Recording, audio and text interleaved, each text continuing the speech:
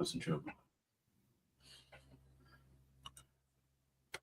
Hey, what up, Raider Nation? This is man Chris4Raiders, and that guy over there, that handsome guy, is our man Raider Nation Jason. And welcome to the Cover 3 show. Let's talk some Raiders today, man. You ready? Oh yeah, let's do it. All right. Raider Nation Jason, Chris4Raiders, Chewy, and this the Cover 3 show. Raider Nation Jason, Chris4Raiders, Chewy, and this the Cover 3 show.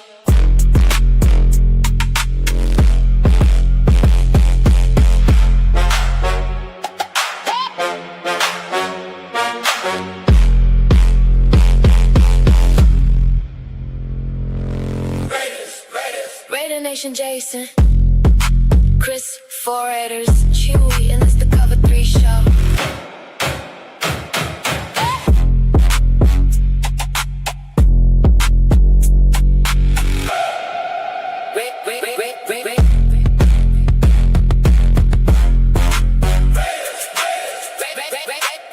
Raider Nation. Raiders.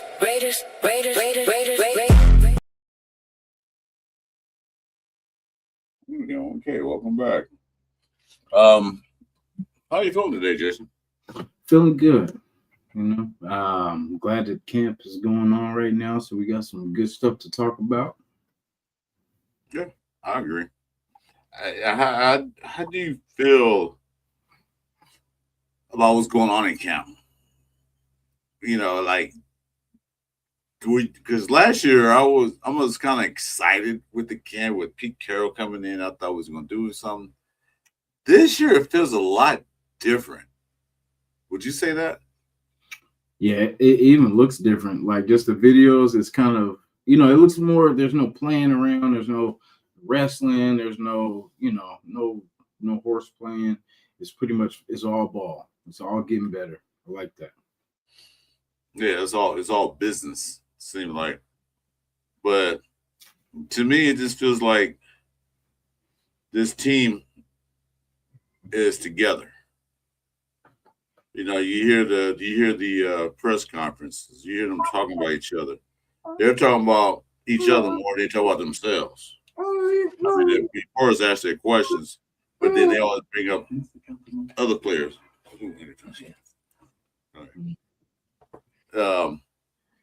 They talk about other players more than anything else. Mm-hmm. And that shows me that they're all working together. They're all together. It's not it's us, you know? Yeah. I heard AOC and Kurt say the same thing, you know, with the quarterback who's going to start. Both of them said, you know, hey, we want the best person to start, you know, whoever the best player is. So, you know, it's a battle. Yeah. Well, that's what it's supposed to be. And they're not, I mean, they know they're competing for their job. There's always going to be that. But they're working with each other to what they were saying, talking to each other, hanging out, looking at things, you know, getting tips and pointers to each other. I know a lot of other teams probably do that. Other quarterbacks, other guys do that. But to hear them say that, you know, you got two first-year guys, you know, Jacoby and Mendoza. You got a 4-year guy in AOC, and then you got I forgot me, this guy playing for 1,000 years, Kirk Cousins, who knows, you know, he could be the starting quarterback, which probably will be. But he's not coming here saying, I'm the starting quarterback. He's coming in here and saying, whoever the best quarterback is should play. Mm-hmm. So I'm looking at this. I'm looking at this team seems like it's more together now. You know, there's no controversy. There's none of that. I made a show the other day because I said I hate that word quarterback controversy. Yeah. No, there's no controversy. It's competition now. Believe that. Like it always. Let me shout out to this chat right quick. Hello, Frank Weber. What's going on, brother? Always in here. Thanks a lot. And I am here. Salute. Salute, my brothers. But, I just feel different this year for some reason. I'm not overhyped, but I'm always excited about the Raiders. But I'm not like, yeah, we're going to win 10, 11, 12, 15. No, I'm not doing it. Yeah. But the players we picked up should be hyped compared to what we had the last few years. Coaching staff we got, hype about that. But I want to see business on the field. They can appreciate the Raiders again. I love my Raiders. If you know, you know. Well, they said the old saying, the proof is in the pudding. Right now, it's just OTAs, mandatory mini camp, then training camp starts, 2 weeks? Oh, yeah. Now, after that, season going to be August before you know it. Yep, the drought will be over. Oh, goodness, we close. I mean, because we already in June, so I mean, we basically just got to get to mid-July. We in there. Yes. About a month away. A little over a month. Mm-hmm. Be in training camp. That's when the pads come on, and that's when you can see these players. Who's going to make the team? Who's not going to make the team? Of course, you see that in preseason, obviously, but you can tell who's going to step up. Yeah. And one thing I noticed today too. Have you noticed? Watch this. I think I'm back though. What does that look like to you? Is it Bo Jackson? No. Look at that. What are they wearing? Looks like he's got a silver top, red jersey with some knee down shorts. No, he got he in there cooking. I'm not critiquing it what their fashion statement is. I'm talking about what are they wearing. Look at it very closely. What do they have they didn't have last week? Oh yeah, the shields are back. Yep, they got their shields back. Yeah, they were just waiting for Tyree Wilson. Barry, what's up? Yeah, but they got the shields back. So that's good. I guess they earned it. Because what Kubiak says, you got to earn your shield. So I guess the players, they're earning it. And the way they're playing, like what they're doing in training camp, I guess they earned it, which is a good sign. But like I mentioned earlier, they're all on the same page. Mm-hmm. She likes it too. She's clapping it up, thinking, See, look at that. Yeah. She said last year. Ah, yeah. I know. We have to stop her, Mama. We got to break it down to build it back up, though. Yeah. Well, this is a new beginning, a new era. I hope this era don't get cut short, because whether we're in 4 games next year or this season or 15 games this season, okay, we go 4 games, okay, but I want to see good games. I want to see games that I can sit there on Sunday afternoon, because we have no night games, and watch the Raiders play and watch them do well. Now, we got a tough schedule like always, but I want to see them win some games. I want to see them win everything. What's up, Crenshaw Slauson? Warm it up, Chris. Hey, what's going on? What's up? Warm it up, Chris. Crenshaw Slauson, what's up, brother? So, I just take for a grain of salt. I just want to see it. I just want to see some games. I want to see them win some games. I want to see them competitive. I want to cheer, like literally cheer, and it just wasn't for just a random play. It was for a good solid half of football We cheered 3 times last year. The first game, at mid game, and the last game. Hey, at the end, the first game we didn't get to cheer to that end. I mean, it was some good plays and stuff too, but it was. When's the last time we got to cheer in the fourth quarter? Yeah, I said the first game, the second, mid game, and then the last game. Yeah, I'm gonna take like Chris said, trust the process. We are gonna trust the process. Yeah, and I like to, like I was saying, Crenshaw. I like the way they're doing it in OTAs. There's no hoopla. There's like my boy Jason said. There's no playing games. There's no big giant bubble on the field. They're not wrestling each other like trying WWE style. No, everything's strictly business. Everything's strictly business, and I'm gonna trust the process. Like I said, are we going to Super Bowl next year? I don't know.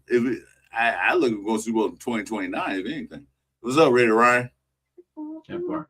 He said, lead it down for the haters. I know that's right. Yeah. Okay. Hey, remember the feeling. We'll be all right. Lead a doubt. What?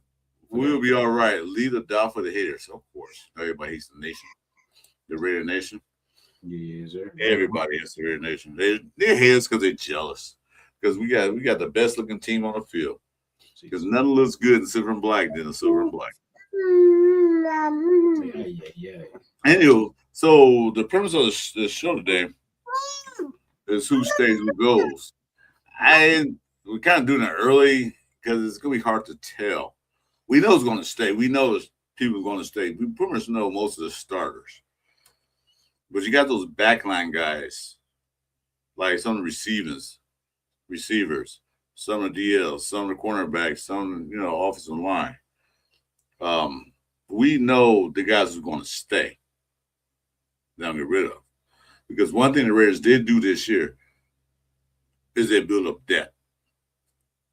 In a DB room, especially a DB room, and a defensive line. Because I had made a video not too long ago about everybody talking about the offensive play of the Raiders because of Brock Bowers, Genty, Kirk Cousins. Now we got Mendoza. We picked up Jalen Naylor. Hope Third and Beck can break out this year, which we'll talk about in a minute. I said this. What the Raiders done the offseason with the draft, free agency, I think the Raiders going to have a powerful ass defense. I think they're going to be in a top 15 defense. Because if you look at it, the defense wasn't that bad last year. Is that the problem was it's on the field too long.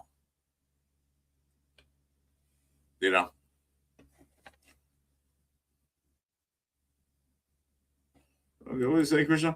Playoffs, maybe, but as long as we're better than Pete Carroll era where we stunk. Super excited. We will have a top defense. See, that's what I'm saying. I think we're going to have one of those defenses that people are actually overlooking. Because everybody's main focus is on Mendoza, Bowers, Genty, the offense. Everybody's focused on the offense so much. I think our defense is going to be better than people think they are. What say you? You're muted. I definitely see us having a top 10 defense. Offense, I gotta see it. You know what I mean? I'm confident that we have the running game now. We got Genty some help. Everything is gonna look different. Like Brock, hopefully if he stays healthy, you know what I mean, he's looking good right now, but we need him the whole season. Like I said, we have the pieces. It's just we got to see it work. We got to see it work on the field because we thought it was being put together last year. That's why last year messed me up because that's what kind of I really felt like we okay. Remember you made the analogy. We're turned at least in the right direction. You know what I'm saying? We're at least, you know what I mean? It's like we're at least we U-turned from where we were going. But I mean, like I said, it's always rough in the beginning, but I feel we've stacked enough good pieces together. Because when's the last time we had like talent. You know what I mean? Like star power besides Max Crosby. You know what I'm saying? Or Devontae. You know, everything was kind of just we had little of this, and then everything else was just weak. So now it feels like we're actually evening out this roster because we got we got Brock and we got Mayer. You know what I'm saying? Like we got someone that could be a number one on somebody else's team, and we got two of those. So you know what I'm saying? We do have weapons. We got two good backs. Curious to see if Hemby is gonna make, if he's gonna make that jump. But yeah, I'm gonna, the closer we get to the season, I'll be excited. Because I keep saying I'm gonna hold off on being excited, and but it's hard. I can't help but be excited, and when I win every damn game. Well, we waited for a long time for this. Yeah, to see something on the field for me worth watching and not getting frustrated and cursing everybody out in the neighborhood. That part. Because like I said, for a while, while I was working, I was going to work on a Monday. They knew the Raiders lost. They had to be football fans. Yeah, I don't like talking to people after, especially like here. I'm in San Francisco, so of course, like when the Niners win and then we lose, oh my God, I don't want to talk to nobody. We get to talking reckless, but but it's it is what it is. One day we'll be winning too, and it just sucks while they were going through theirs, because I just remember back when us and them were the same. Like we just literally had the same record every year. And then all of a sudden they just start taking off, and then they start going to Super Bowls and losing. And, it is what it is. But everything's happening in a good time. We got our quarterback. We're not entering this draft looking for a quarterback again. You know what I'm saying? Like, oh, we need a quarterback. No, we got one. We got a solid veteran for right now. Even AOC. If AOC is the last man standing, I think we're in good shape. You know what I'm saying? I don't know too much about Jacob, how say if AOC goes down and everybody else goes down, But see, I hate thinking like that, because we're so used to negative stuff happening to us that we just say, okay, things are too good right now. Wilkins is gonna start kissing on people, and it's always something. Yeah, well, like Chris was saying, like they said, we won the offseason and the draft. We need to make it translate to the season. Win the season. I have high hopes for the forward. We had Hemby, Washington, Genty. I think that's a good combination. It even sounds good together. Hemby, Washington. Yeah. Hemby, Washington, Genty. Yards. We're gonna get What's up, Richard? How you doing, Richard? Because like I said, what Spytek did in the offseason to me was GM of the year material. He saw last year. Like I said, this is actually technically me. This is his first year as a GM. Last year he was GM, but Pete, you can tell that was Pete Carroll's fingerprints are all over it.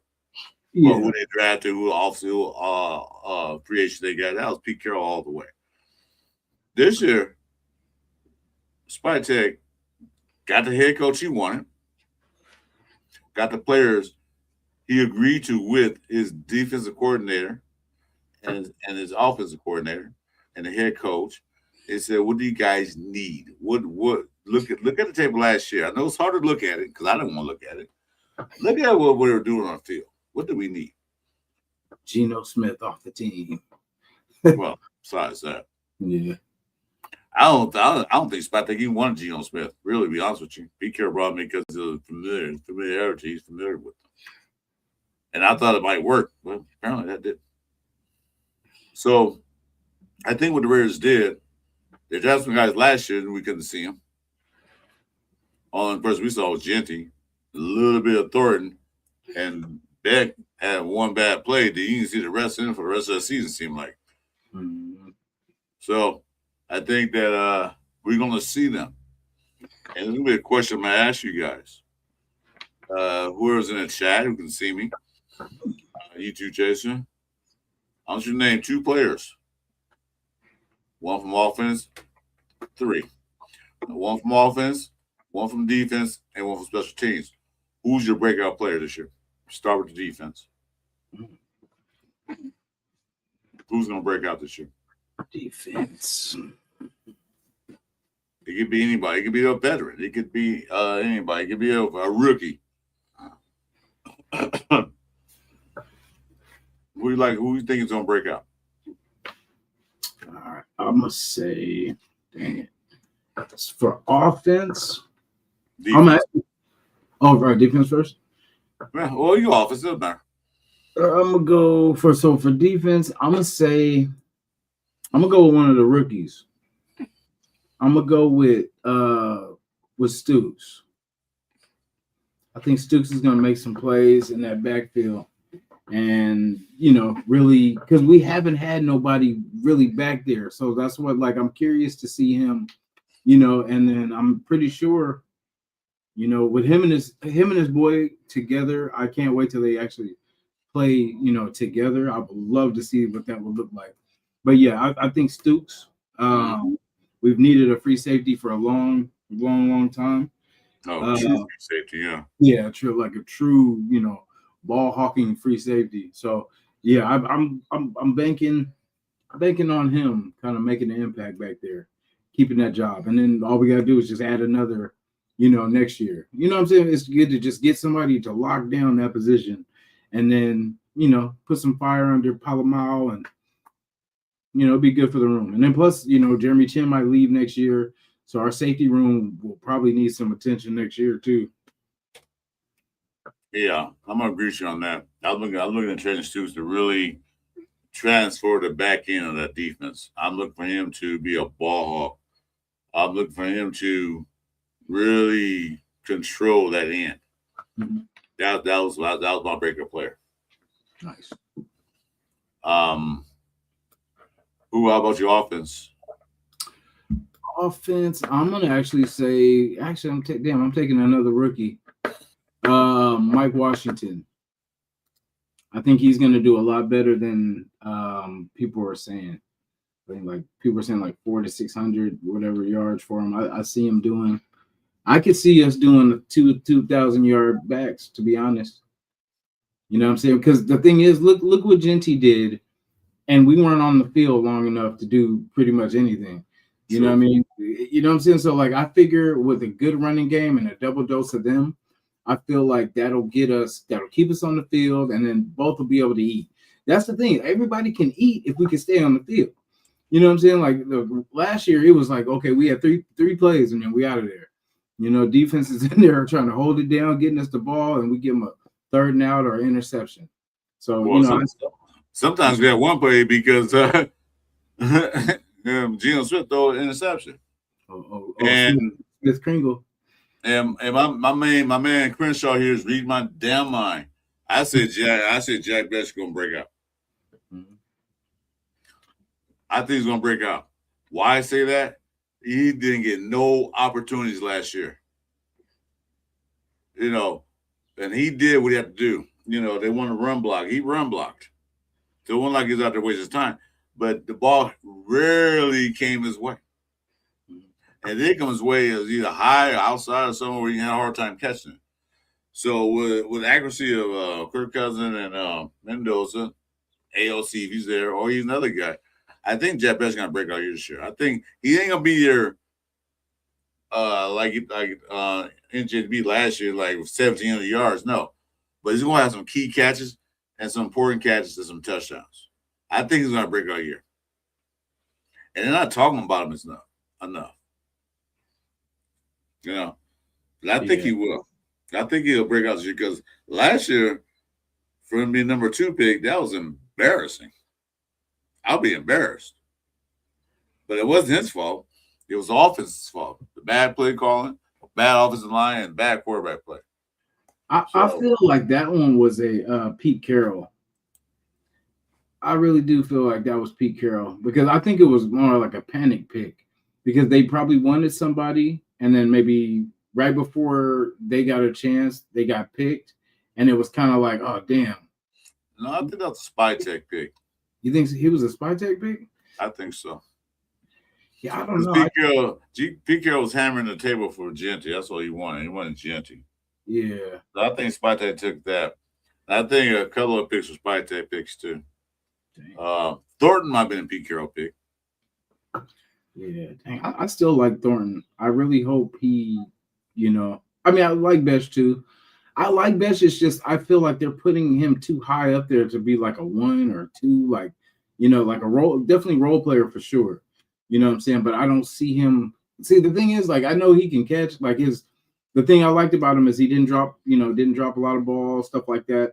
But I just wonder how he's going to be against NFL corners. You know what I'm saying? What's up, bro? Like, like I just don't know. Is he going to get locked down? I have to say, like, you may have a strong first quarter, but then are you going to disappear? Are they going to shut you down, for the second half? That's what I just want to see that, like, with his separation, because that's one of the things they're already saying, like, he doesn't really get separation. So imagine if somebody gets sticky with him. Well, I ain't hearing too much about Thornton in training camp, so I don't. Yeah. I heard he was hurt. I heard he had he was. He had a red shirt on the other day. He had one off today, but he had one the other day. Not contact jersey. So I don't know, but they got a lot of receivers. Like Malik Benson's there, and I want to see what he can do. They got a lot of receivers there. Well, somebody like he's getting sleepy, trying to fight it. But hey, what's good, Radio Unleashed? So I still say Jack Besh on that. I'm not saying he's gonna have 1,000 yards and 8-10 touchdowns. No, I'm not saying that. But he's gonna be that guy. That clutch receiver. That dude, like, third down and 4. Make that catch. Because in college he didn't drop any balls. Yeah. Get in the NFL, got a quarterback can't throw the ball to him, he drops a bunch of them. And then what Pete Carroll do? Bench him. Well, it's not his fault the quarterback can get the ball to him. And man only can stretch his arm so far. It's his fault. But it's hard to catch the ball when it's going into the other player's hands, Exactly. Exactly. You're throwing to the wrong player, guy. It's the silver and black jersey, not the other jerseys. So, I love that one. Yeah. So hey, so I think that'll break a year. I'm not gonna say he's not gonna be a superstar. He's not gonna win the offensive player of the year, but he's gonna do something. Yeah, I hope so too. I hope because remember they were saying he's supposed to be what Jacoby was. So I mean, if he can do what Jacoby was doing, we definitely could use that. Just move the chains, But definitely, we need that. We need that guy, that clutch guy. Especially a 3rd down and 5 or 4. Something like that. Where if we do have to pass, he's a clutch guy because he got Bowers, of course, is clutch. Then and once they get in that 3rd down situation, defense is going to watch Brock Bowers. They're going to where's Bowers at? They're going to watch Brock Bowers. So that's why I need someone else to step up.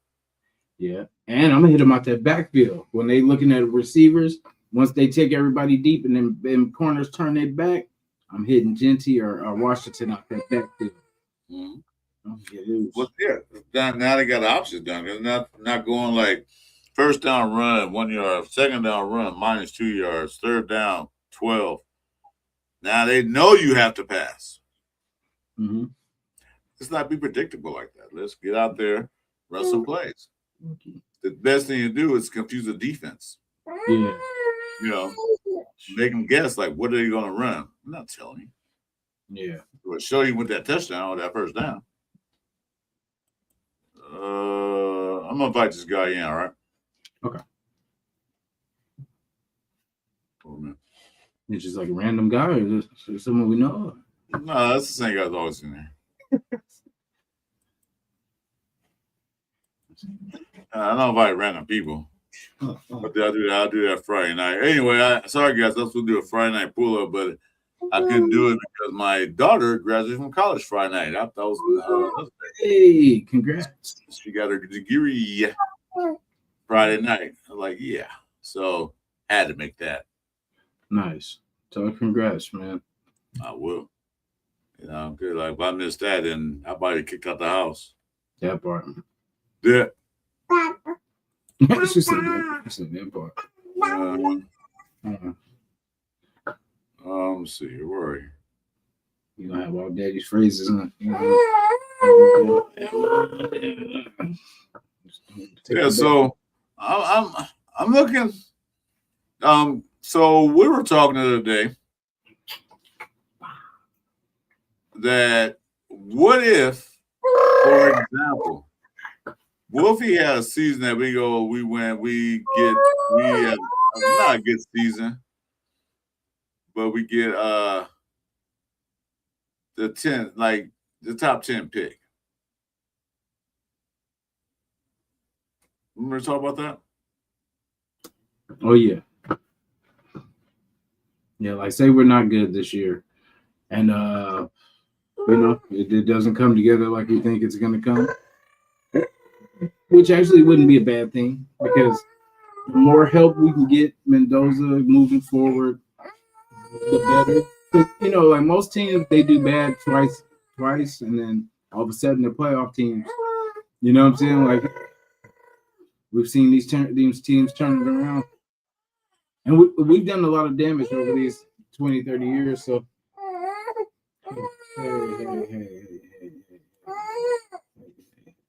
hey, Rebel, check your IG. Yeah, I mean, like I said, my expectation is not high. I want to see these preseason games, the training camp. Let's see what happens because it's going to be it'll be interesting. Speaking of that, Richard, so here's the rumors out.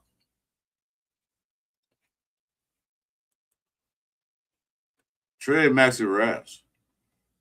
Here's the rumors. So now it's coming out that there's a couple of teams are actually talking to the Raiders about Max Crosby trade. Can't begin. Now, he's back at that debacle from the Ravens, which nobody's going to trust him anymore.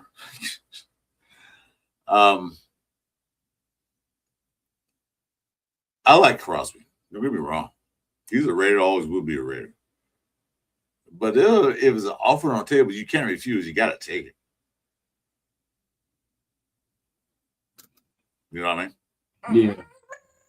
If they talking about give you a couple of first rounds next year or something like that, you got to look at it.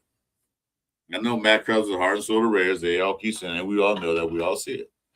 But it's an offer on the table like the Ravens offered him. You can't refuse. But then Matt Crosby wanted to get here anyway because of what happened the year before. But I don't think he wants to leave now. Oh, yeah, definitely got to be number one pick. You know, second round, third round. If it ain't worth it, I wouldn't trade him. But yeah, got to be number one pick. There got to be some worthwhile. There got to be some offer you can't refuse. Yeah. Nation got a taste of it, when those couple of days he was traded, like of those mock drafts of having that 14th and that that next year's pick. It was kind of nice. Yeah, 2 first-round picks and the next round, and 2 first-round next year. Yeah, that'd be nice. That was so nice. But I mean, it was cool. And like I said, nobody is, if it betters the team, man, anybody can go. You know what I'm saying? Like it's as long as you're, because he can help, but then eventually he's gonna retire, he'll be gone. So we'll eventually have to replace him anyway. So, I just don't want us to do it without a plan. Unless they know something that we got some guys behind him that can do the job as a collective unit, then cool. But I mean, if it's just going to be like the Derek Carr situation where we got rid of him, but then we didn't know what to do in the meantime, you know what I mean? Until we found that answer, it was just, we got to do business right. But like I said, are you worried about this regime? Like how I'm kind of not worried. I'm really not. Like I trust kind of what they got going on. They haven't really done anything crazy. I mean, the craziest thing was probably trading Max, but then, that wasn't crazy. I was sad to see Max go, but then I said, wait a minute, we got the #1 pick, then we the 14th this year. Next year, we get 2 first-round picks. Okay, that's how you build a team, because that's what it's about to take. I'm gonna build a team. Yeah. Through a draft. I wish you said You think McCoy is short term? I don't think so. I think they just watching. That's why he's not really doing anything OTAs. They're just making sure that he's good to go. They're not taking any chance on him. Although he's a 4th round pick, could easily be a top 10 pick one for that knee. Yeah. But I think they're just taking his time with him. They just bring him through the process.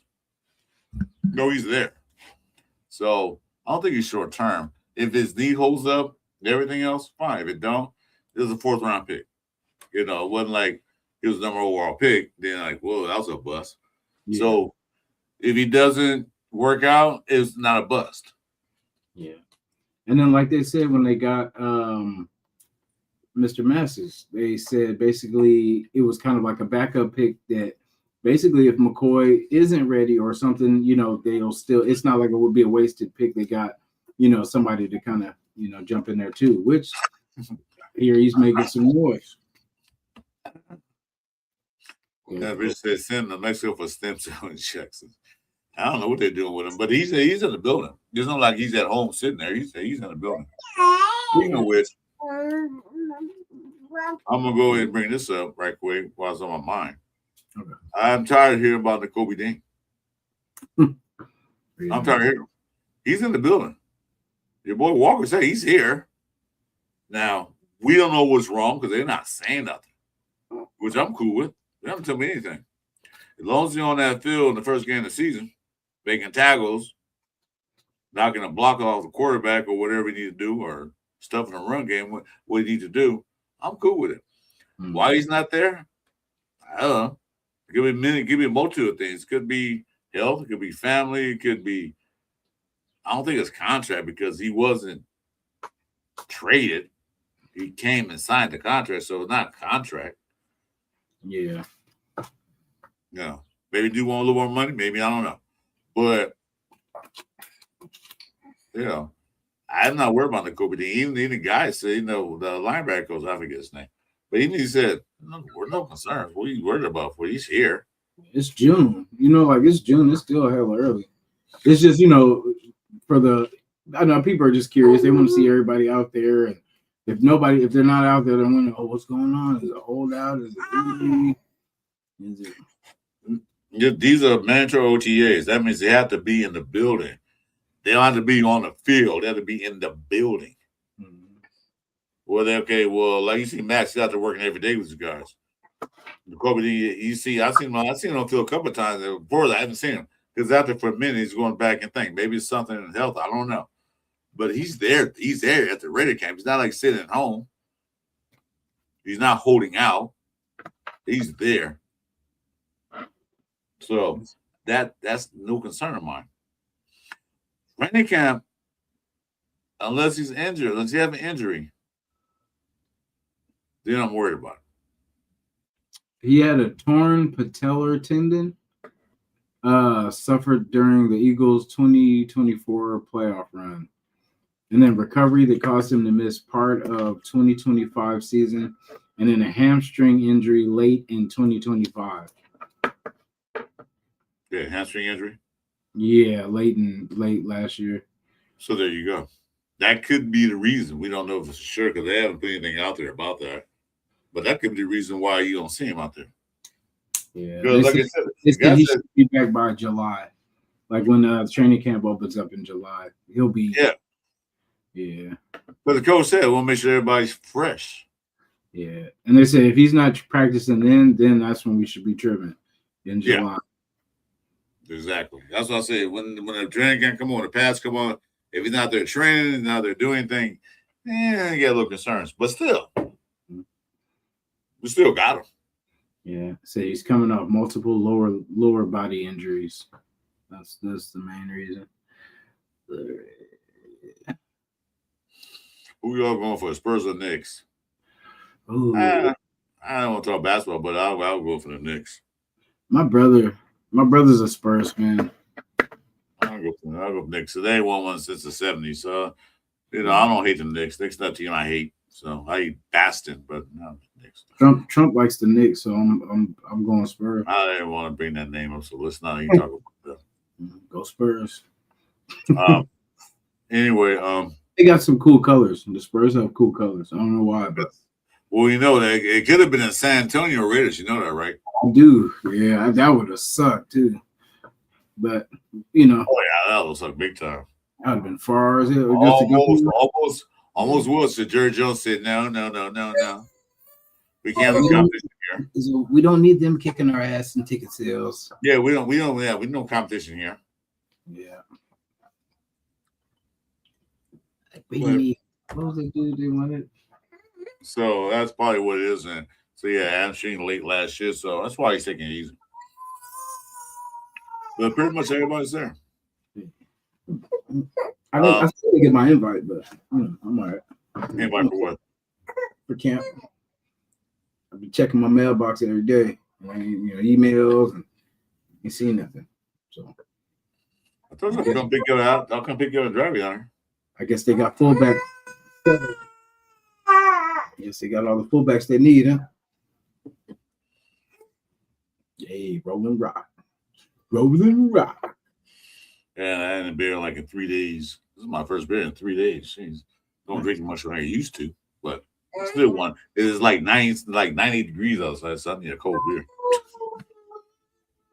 What time is it? It is 7:42, and it's like 98 degrees outside. Yeah, shit. Yeah. I can't tell you it's hot out here because our hot out here is winter weather out there. So let's go to what we was gonna talk about. Who stays, who goes? We have 91 players on the roster. You don't count the 91st player because that's Lucky Tassi. He's not going anywhere. Yeah. So they got cut down to 53. It's still early really to judge. But I think Collier's for sure gone. Chris Collier? Yeah. Sorry, Chris, but it is what it is. Okay. Because I think we've stacked enough R&B, running back talent. Rhythm and blues. Rhythm and blues. We stacked. Hey, what you want to say? You want to say something? She disagreed with you. You want to say something? You think Chris is gonna stay? She like us some Chris. I mean, Chris didn't do bad last year. He whenever he got in there, which was very rarely. So what you think, Lobby? Lobby gone too? She said Lobby and what's the name gone? Welcome back. No, I don't think Lobby's going. She said, get him up out of here. I don't think Lobby's going to be in the running back room because Lobby is very good at special teams. He had a lot of tackles last year on special team and kickoffs. I think Lobby stays because coach, I like that. I like the special team coach. What's his name? I forget names, but he was so enthusiastic about a Lobby because special team coaches are always a kind of a person. I don't know what they call a character. He on the news conference, he's a character like this guy, man. I guess he got to be good. But I think Lobby stays in the running back room. I mean, not in the running back, but the special teamer. He'll be listed as a running back, but I don't think he'd be in that running back room. You know what I mean? Because I like him, but they haven't talked much about him, but I think Hemby, Genty, Washington's going to be the main carriers on the running back room. I think they're going to keep 4, counting the fullback. So that's 4. And they can rotate those guys in special situations. But I think Lobby stays. Yeah, Hemby definitely going to be on Lobby. I think so. Yeah. For one thing. Yeah, and then Connor Hayward is the fullback. Yeah, Connor Hayward. Yeah, so I think that's 4 guys they're going to keep in the running back room. As I said, Lobby will probably either practice squad or that's what I said. That's why I don't see him making the roster because of the practice squad. I think he does. Yeah. I think he'll be a special teamer. Because, like I said, special team, he had a lot of tackles last year on special teams. Yeah. We're not keeping 5 backs. No, we're not keeping 5 backs. Yeah. No. But like I said, I think Lobby's going to be in that special team room. He'll be listed as a running back, but he won't be in the room of running back. Yeah. No, they can't listen. They said they don't have a listing for special teamers, except for kickers. Yeah. No. So I think they keep it because of their coach. Special coach, man, is excited for him. Is he? Yeah, I watched press conference. He's like saying good things about him. But you never know. But I would take Hemby over Lobby any day. Yeah. Lobby's cool, but I mean, like, as far as like moving the needle, he's not, like, if we cut him, it's not gonna be like, oh no, damn, we got rid of our best, no. Because you got certain players that are certain guys, that do certain things well. His thing he did well for us was special teams. Mm. Yeah. So why would you lose a good special team? Because special teams is as important as anything else. Yeah, but I mean, he could probably be replaced. Yeah. I'm pretty sure he's not going to be last star special teamer. That's it. Yeah, three. The three we mentioned, plus a fullback and Lobby. That's still 5 though. It's still 5, but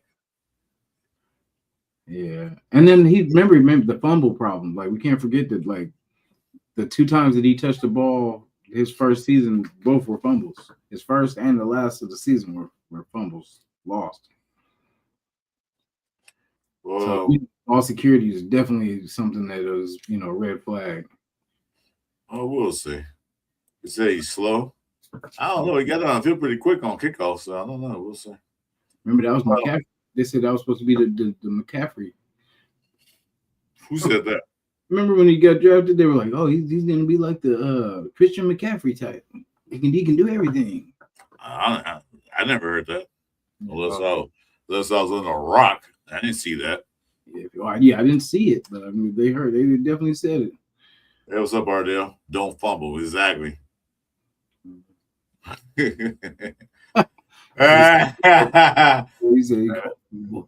ain't gonna put that up, Richard. Calm down. Oh my God. I think they still keep them. They got some running backs, but Chris Carter probably be out the door. They'll probably kick him out the door because I don't see Washington leaving. No, why would you draft somebody and cut him? Nah. You fast and big. I know you're playing Richard. I'm cool with that. That's what you said though. So if you look at it, technically 5 running backs, with 4 being in a room. Right? Mm-hmm. All right.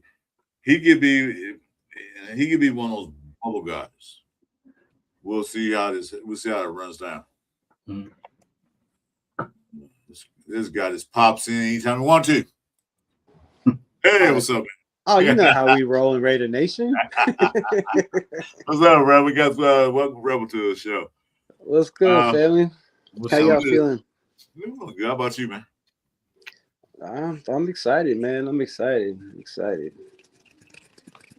Hey, Rebel, does Lobby make it? Does Lobby make the squad?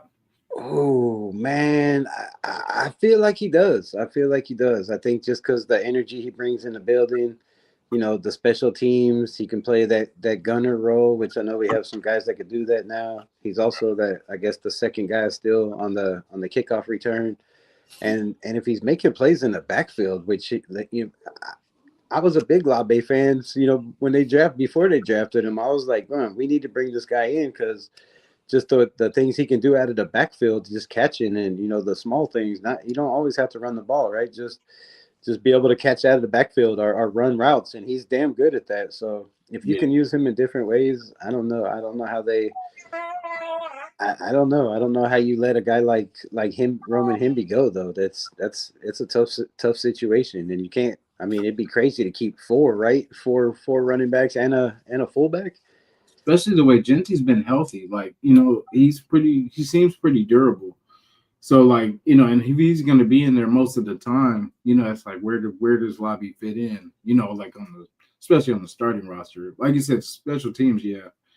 But, you know, are they going to just keep him just to be a, you know, when they can just use somebody that, you know, one of the either wide receivers or something like that. But And I heard Mike Washington has been running kickoff return duties as well, getting a little bit of reps on that side. So, you know, with his speed, if he can figure that out, man, that's deadly back there. But then that pushes Lobby out the door. So I don't know, but the reports today and yesterday said he's been out there making some plays. So let's get it.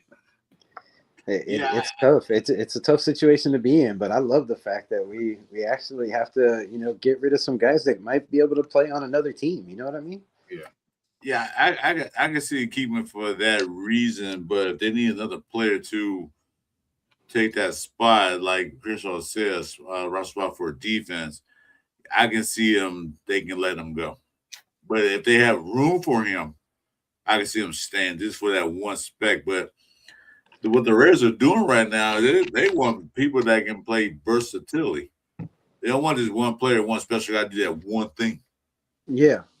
If that's all you can do, nah. Unless you do that one position really well.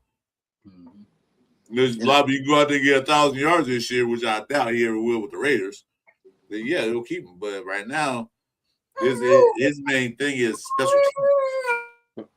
I feel like he has the best hands out of the running back room for sure. Like Mike Washington's not, you know, he's not known as a prolific catcher, right? He's known as that one cut, foot in the ground and go, or cut back and find the right hole and go. So he's not really that pass catcher. I think Roman Hemby is, but I don't think he's, you know, to the extent of the route running as Dylan Labe, because a lot of people, we haven't seen it in Raider Nation, but if you go back and watch him at New Hampshire, his senior year, he was so good at catching out of the backfield, and they didn't have receivers, that they made him pretty much the number one target as a receiver for most of his senior year.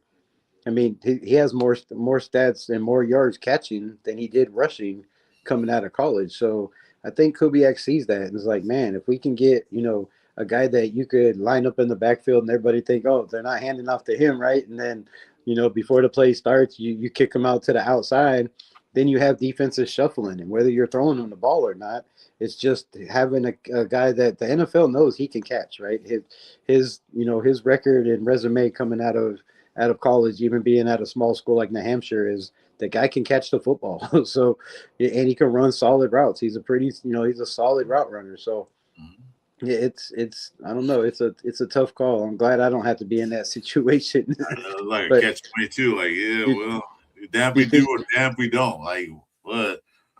But I just have a strange feeling he'll make that team.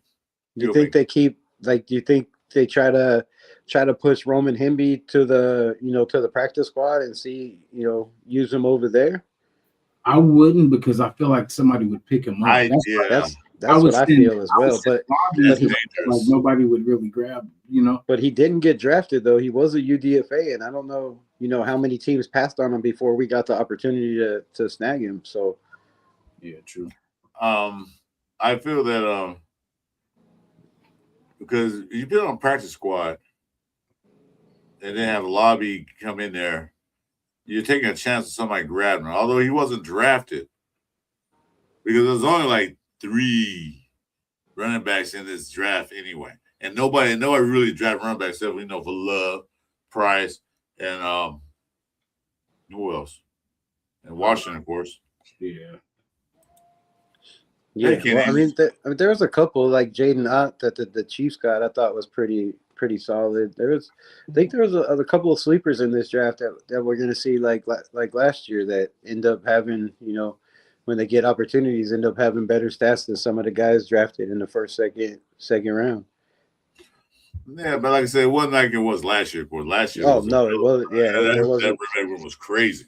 Yeah, 100%. There was a lot of solid running backs last year.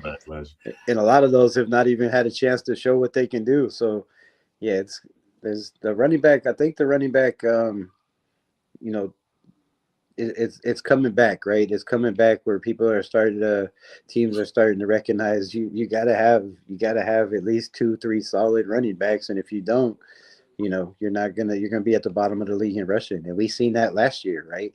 We drafted a 6th overall pick, and he was taking most of the snaps, but he can't do it all on his own. You need a change of pace. You need that outside guy. You need, a guy that when you bring him in, they're thinking, oh well, they took their best running back out. He's not getting the ball right, but then you give him the ball, and we haven't had that. No, that 1-2 punch. I always said we need that 1-2 punch and a fullback. I've been saying many years. And we have that too. Thank God. Couple guys really say we don't need a fullback. We get Genty. No, we need a fullback. Having a fullback is great, man. Like I said, in high school, my best friend was a fullback, and I played tailback, so it was great. And they didn't have him in most of the plays, but the plays that he was in there, I know my job was a lot easier having him take that first brunt and me, being able to bounce off of it and figure out which way to go. So, well, my only short cup of coffee, I played fullback and linebacker, and I love playing fullback. You know why? Because you're not depending on me to get that 5-6 yards unless it's a 3rd down 1. But what I like was going up the middle and smacking a linebacker or whoever's in the way of my running back. Yeah, that's what I like. I like hitting more than getting hit. So I'm like, hey, I would hit somebody. I don't want to get hit. So yeah, that's how my buddy. He wasn't fast. He was fast enough to play running back, but he was a little bit bigger and stronger than me. So yeah, exactly. Yeah. I was short and stocky. They didn't see it coming. All of a sudden, they saw who threw a hammer at me. Right.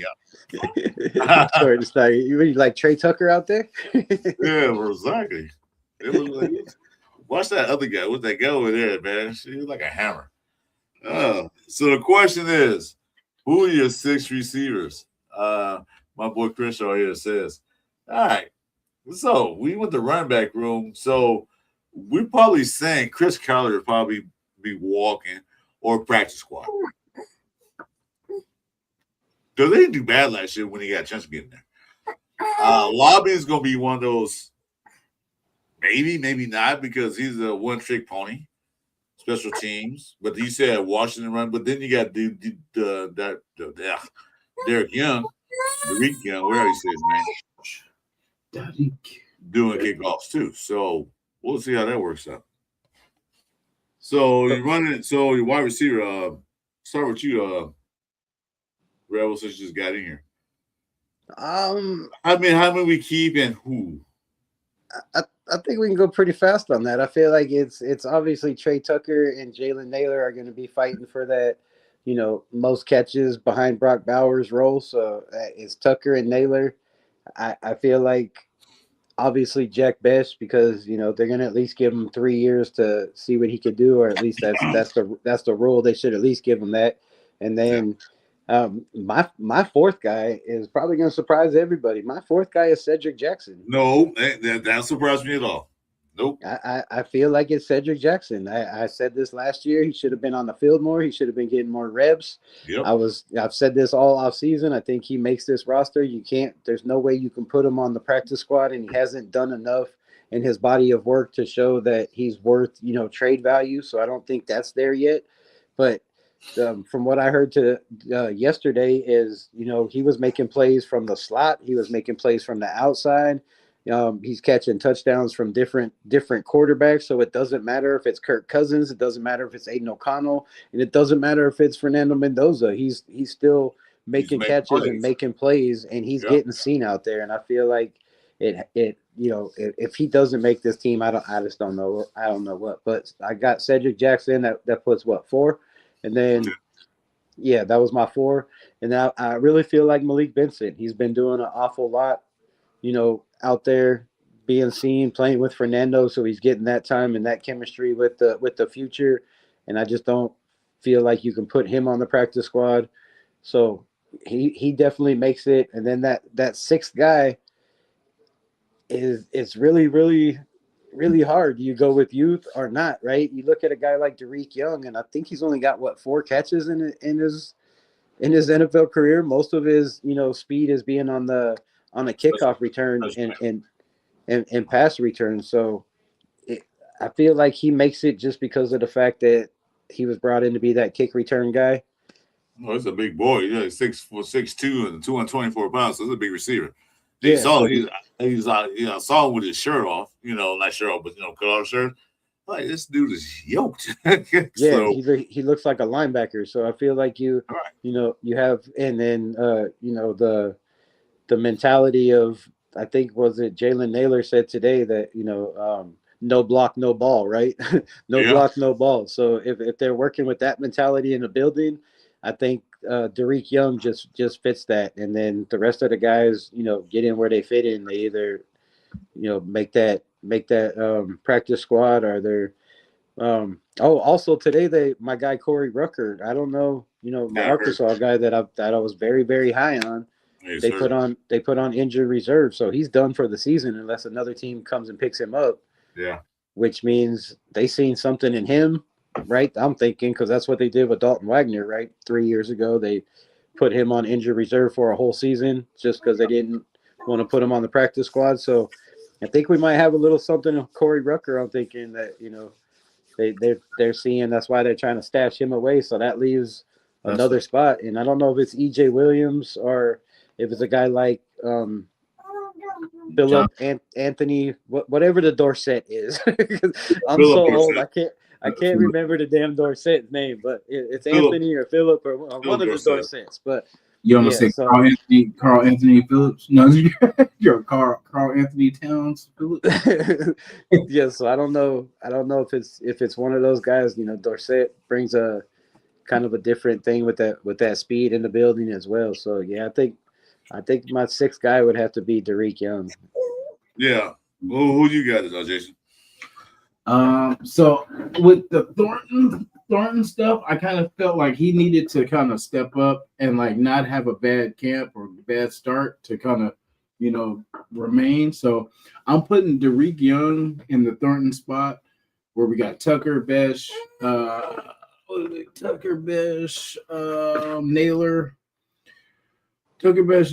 Derek Young, Malik Benson, and I think Cedric too.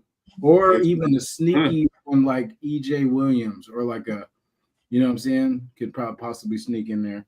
What's I up, would Natty? like to see it. I would like to see it Chase Roberts. Really, Yeah, that's who. That's the guy. That's the the guy. Chase Roberts guy. That's the guy. I'm curious with him. Yeah. I think he'll be a practice squad guy more than anything else. So what do you think they do with Dante Thornton? Because I don't feel like they draft him and just let him walk, and you can't keep him on the practice squad. Nah.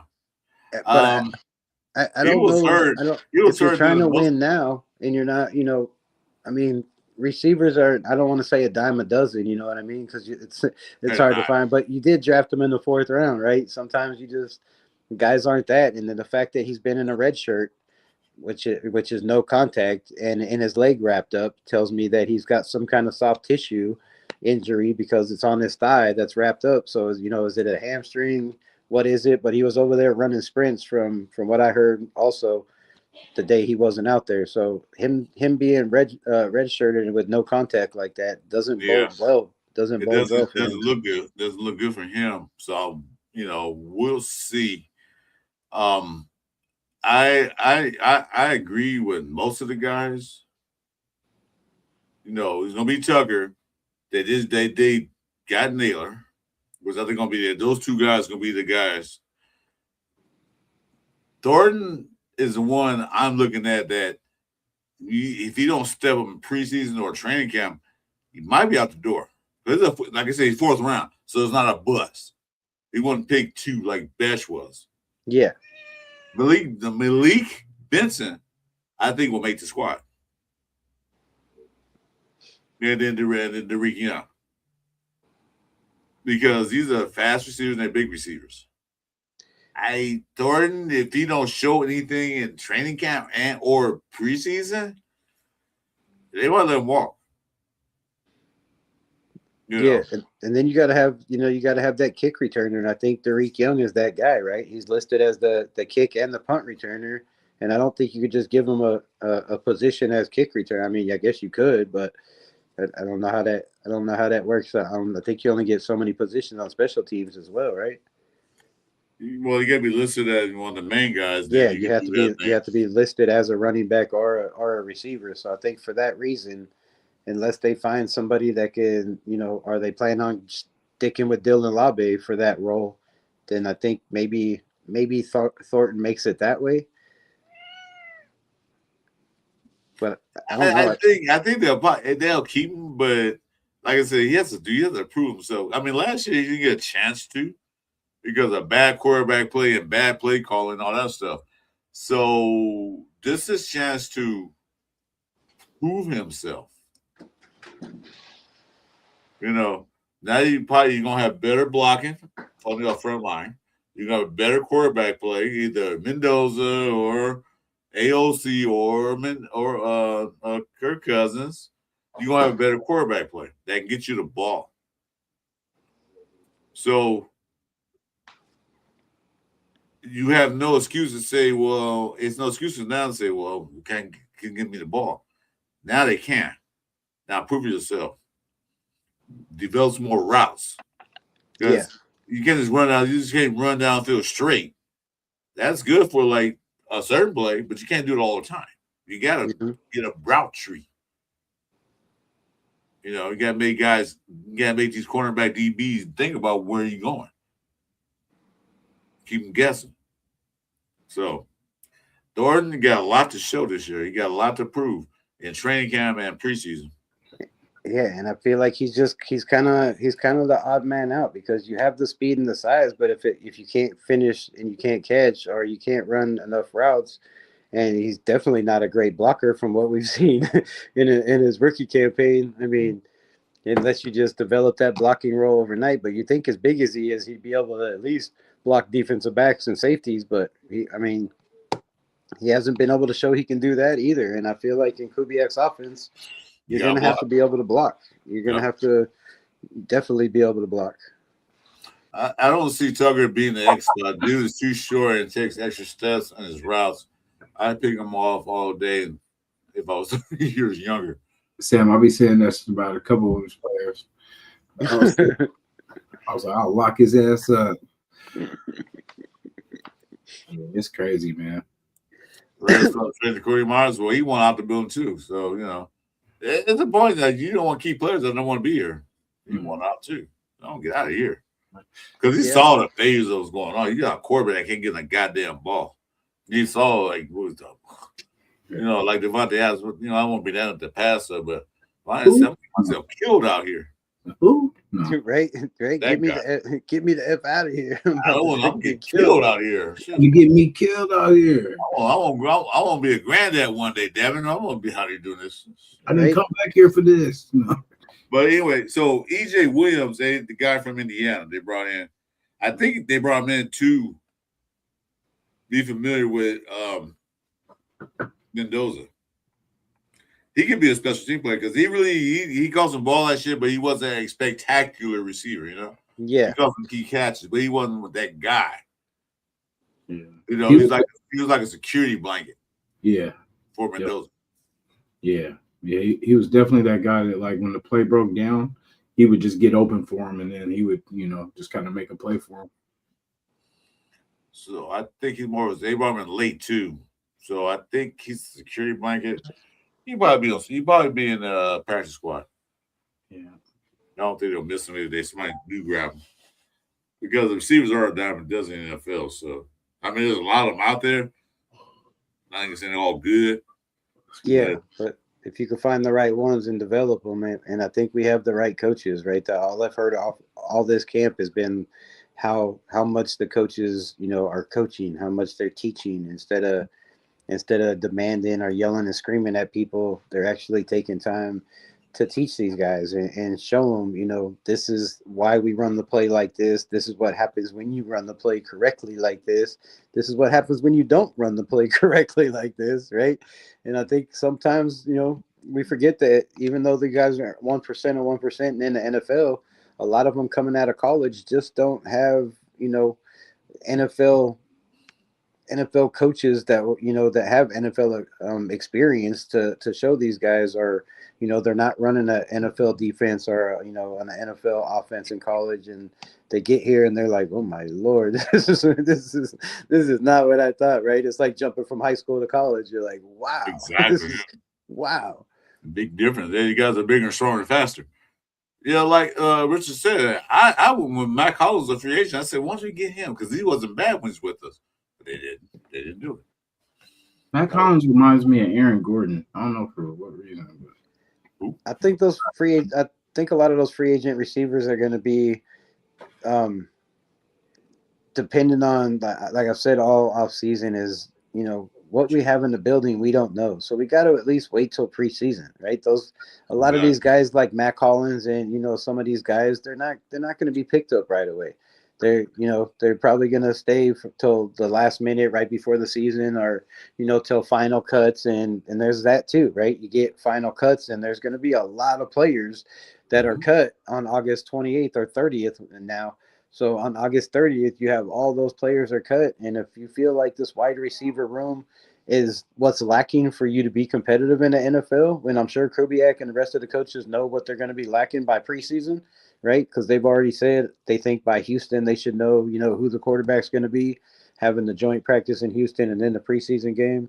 So I feel like you can at least go through preseason. There's no rush to go out and draft one, or not draft, but go out and sign one of these free agents or one of these number one receivers, because we have no idea if Trey Tucker is going to be that guy. And he's taken a leap every single year. He's got better. I mean, he got better last year with the worst team he's been on since he's been in the NFL, right?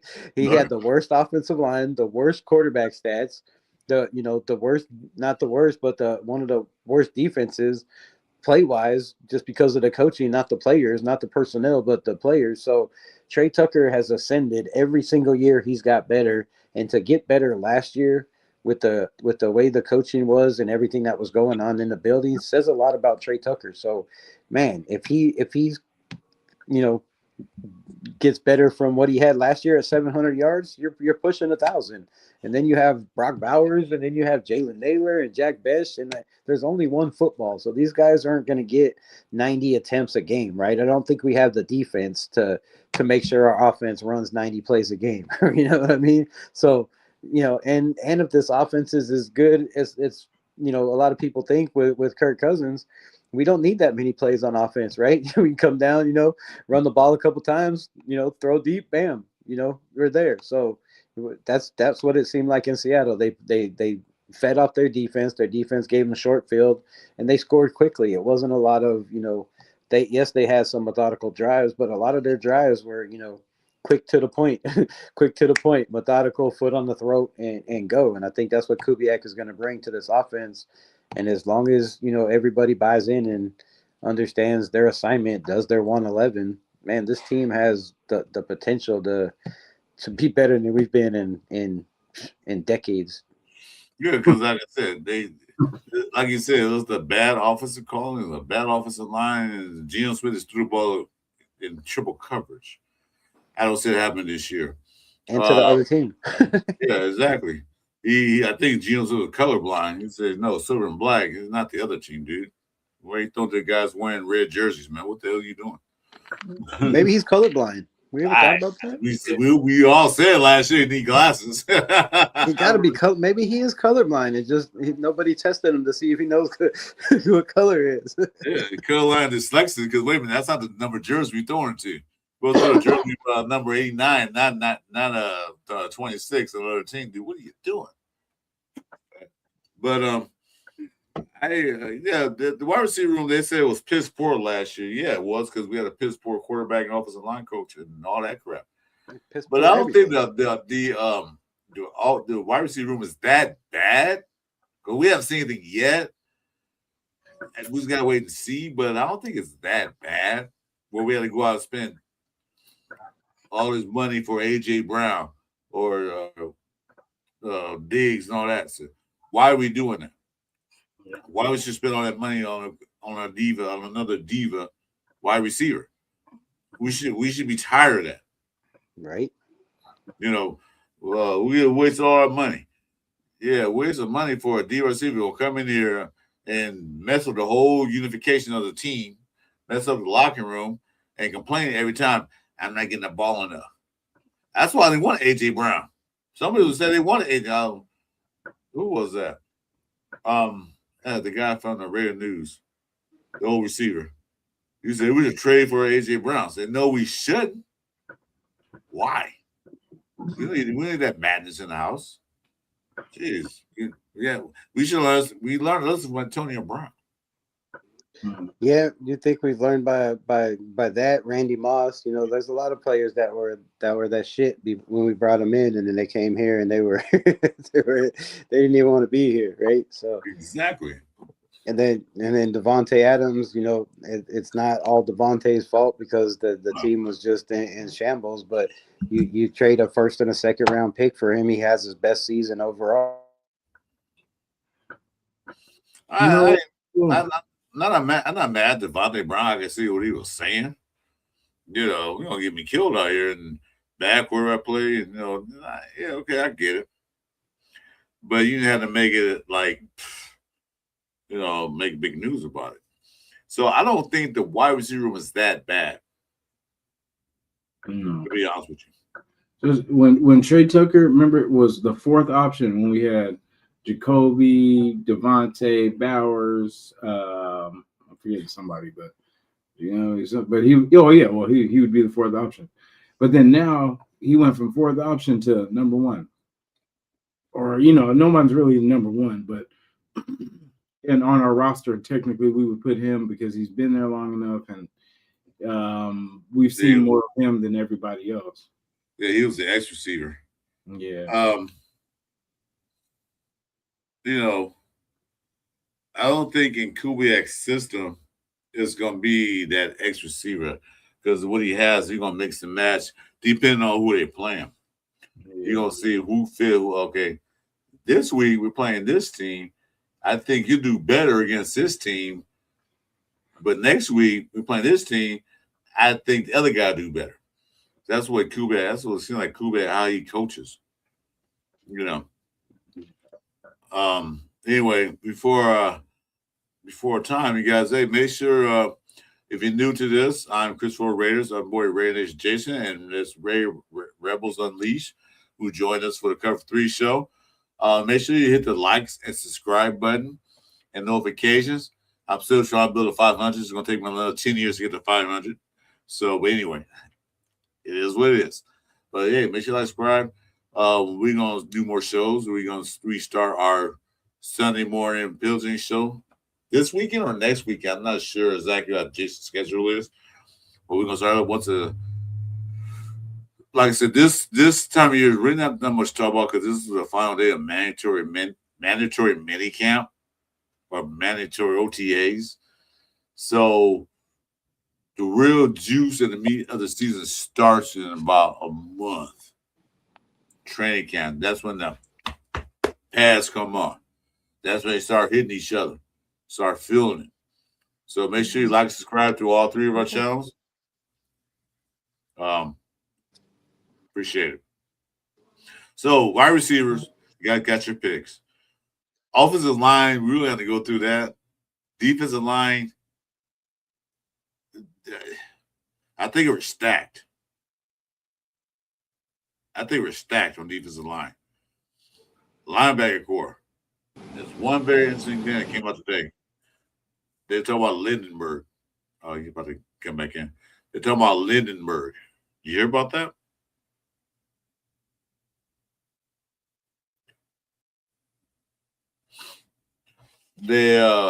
Walker was talking about Lindenberg today.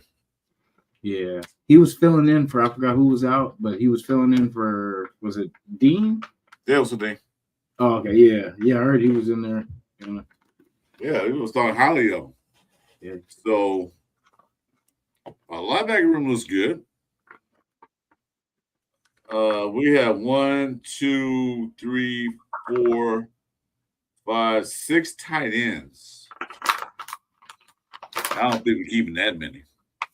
No.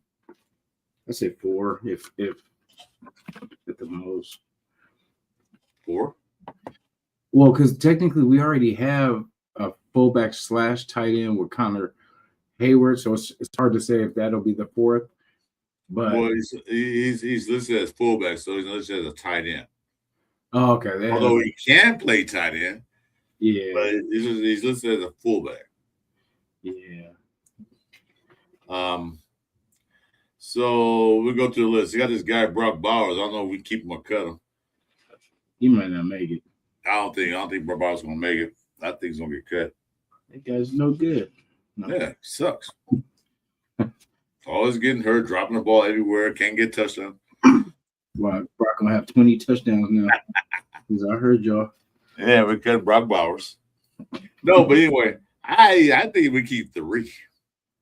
Okay. I like Albert. I like Albert Owen. I just don't see him making the roster. But well, maybe if we did, they might keep 4. Of course, they're going to keep Mayer. But then again, there's some rumors going around they might trade him too. Like, huh? Yeah. Why would you trade? Yeah, because I was gonna say we'll still need a tight end after that, even after because how Brock plays, he's not. We don't want him to play just tight end. You know what I'm saying? We want him kind of all over the field. So we need Mayer to play the traditional tight end. You know what I mean? Right. And then you got Ian Thomas, who's almost like a Brock Bowers type. He's more of a receiving tight end. He's a blocking tight end. Mm-hmm. So, and then we got the I was gonna call him OK because I can't say his last name for the kill. Albert OK Jr. Oka when I'm done. They just picked him up in free agency. So there's your 3. There's your 4 tight ends right there. What do you say, Reverend? Can you hear me? Yeah, I got you. Can you hear me? Oh, yeah. Yeah, I don't know what happened with my internet. It just went crazy. Everything started spinning. I couldn't turn my phone. I had to turn it off, turn it back on. It wouldn't do nothing. But yeah, I think that I don't know about the Ian Thomas thing because he hasn't really, and I know it's not, it hasn't been mandatory. I don't know if he was out there today, but I know the last couple of practice he wasn't out there. So I don't know if he was there. He was there then. He was there today. Yeah. So that's a good sign. But yeah, I mean, he's more of, I think, just a blocking tight end, I think, and I don't even think he's that great at that. I think more of his size. So I don't know. I think he's more receiving tight end than a blocking tight end. Yeah, it's just more of his size. I mean, that's what I meant. Like it's just because his height and his thickness, he's more that tight end role, but he's more of a, like you said, the receiving guy, not the greatest blocker. So I think we already have that in Brock Bowers. We have that in Michael Mayer, who can be that receiver threat when he needs to, and then Carter Runyon as well. I feel like we need another guy that could be that bulldozer in the pass, in pass blocking. Yeah, they're gonna need one that's also good at run blocking because Kubat go that 12 personnel, so those guys got to block. If they can't block for the running game, then adios, amigo. But goodbye. So they was talking running how good he's doing out there. Like, So there's a battle for tight ends. Carter Runyon's been my guy since we drafted him. I wasn't thinking that he was ever going to make the team, or not drafted him, but brought him in as a UDFA. But I never thought he was going to, make the team, or we'd bring in another tight end just because we have Albert OK that we've had for a couple of years now. And then, Ian Thomas, and we had Justin Shorter that they had playing tight end as well. Right. And then Brock and Michael Mayer. I didn't feel like Carter Runyon would make this team. But when he did, I was like, man, that's, that's 3 tight ends that are very versatile. They can all block. They can all help out of the backfield if they had to, help out in the passing game. And, Carter Runyon is the most athletic. even looking at Brock, he's the most athletic out of all those tight ends. His RAS scores were off the chains. I think it was a 9.96, which, that's pretty good. You got high jump, the length, long jump. So size, speed, all that. I think Carter Runyons can be definitely a sneaky weapon for us. And he didn't do bad last year. They just didn't play him enough. Yeah. So when he got his opportunities, I think he only had one catch, right, last year? I think he had 2. 2, but yeah, I think special teams and stuff like that. So yeah, his athleticism and having an offensive minded coach that's going to know how to use him, I think is going to help definitely the tight end group and the running back group this year, and the receivers. Like, I really think Trey Tucker is going to be one of those guys that, you know, I don't want to say JSN, but if you look at JSN, right, he wasn't that guy before Kubiak got there. He wasn't. He was only catching, you know, 40. He was only, you know, getting 50 something targets, 60 targets, and catching around 40 and 600-700 yards, right? So, you know, first year wasn't that great because he had, you know, veterans in front of him. Next year he got more. But when Kubiak came in, JSN went from basically a guy that people were just talking about a little bit because of the highlight reels that he had, you know, as a rookie. And then bam, just out of nowhere, he's that guy. And Trey Tucker has been in a lot of different systems. You know, he's got the speed. His legs look like they belong on a defensive lineman. I didn't know that dude had legs like that. I was looking at him. Trey Tucker. I was looking at him in shorts today on one of the videos or pictures they post. That dude's legs are huge, bro. Dude ain't no small guy. I mean, he might be short, but he's well put together. No wonder he can block. He got that's why Kubiak was talking so much about him when he first got here. Because JSN don't have that speed, right? He has way more speed than JSN. Now his route running might not be as good, and I don't think his hands aren't as big and his arms aren't as long, which that makes a big difference for a receiver when you have, you know, these long, lengthy corners nowadays. But yeah, with the speed, I think since Kubiak got here, I know he's just been salivating and being like, I can't wait to just get out there and let him, you know, just give him the ball in some open space, which he hasn't had. Well, Jason has that separation speed. You know, he has that separation speed. He can separate quick. You know, run down 4-3 downfield don't mean anything if you can't separate. We talk about that with third stuff. You can run fast as you want to, but if you can't separate from the guy, you gotta be able to move your hips and separate, get open. Jason got that move where he can separate from a DB and he's open. Tucker can do the exact same thing, but Tucker is faster. Yeah, I think a lot of people are forgetting too that, you know, Trey Tucker learned from one of the best wide receivers in the NFL and Devontae Adams. Yep. He learned from Devontae. Devontae's, you know, still mentions Trey Tucker a lot when he's on interviews, right? They're still friends. They talk a lot. Like that's pretty much his mentor. When he has a problem or something, he's calling Devontae Adams. Devontae Adams is one of the best route runners. I mean, he's got to be somewhere in the top in NFL history, I think, because he's not the fastest guy.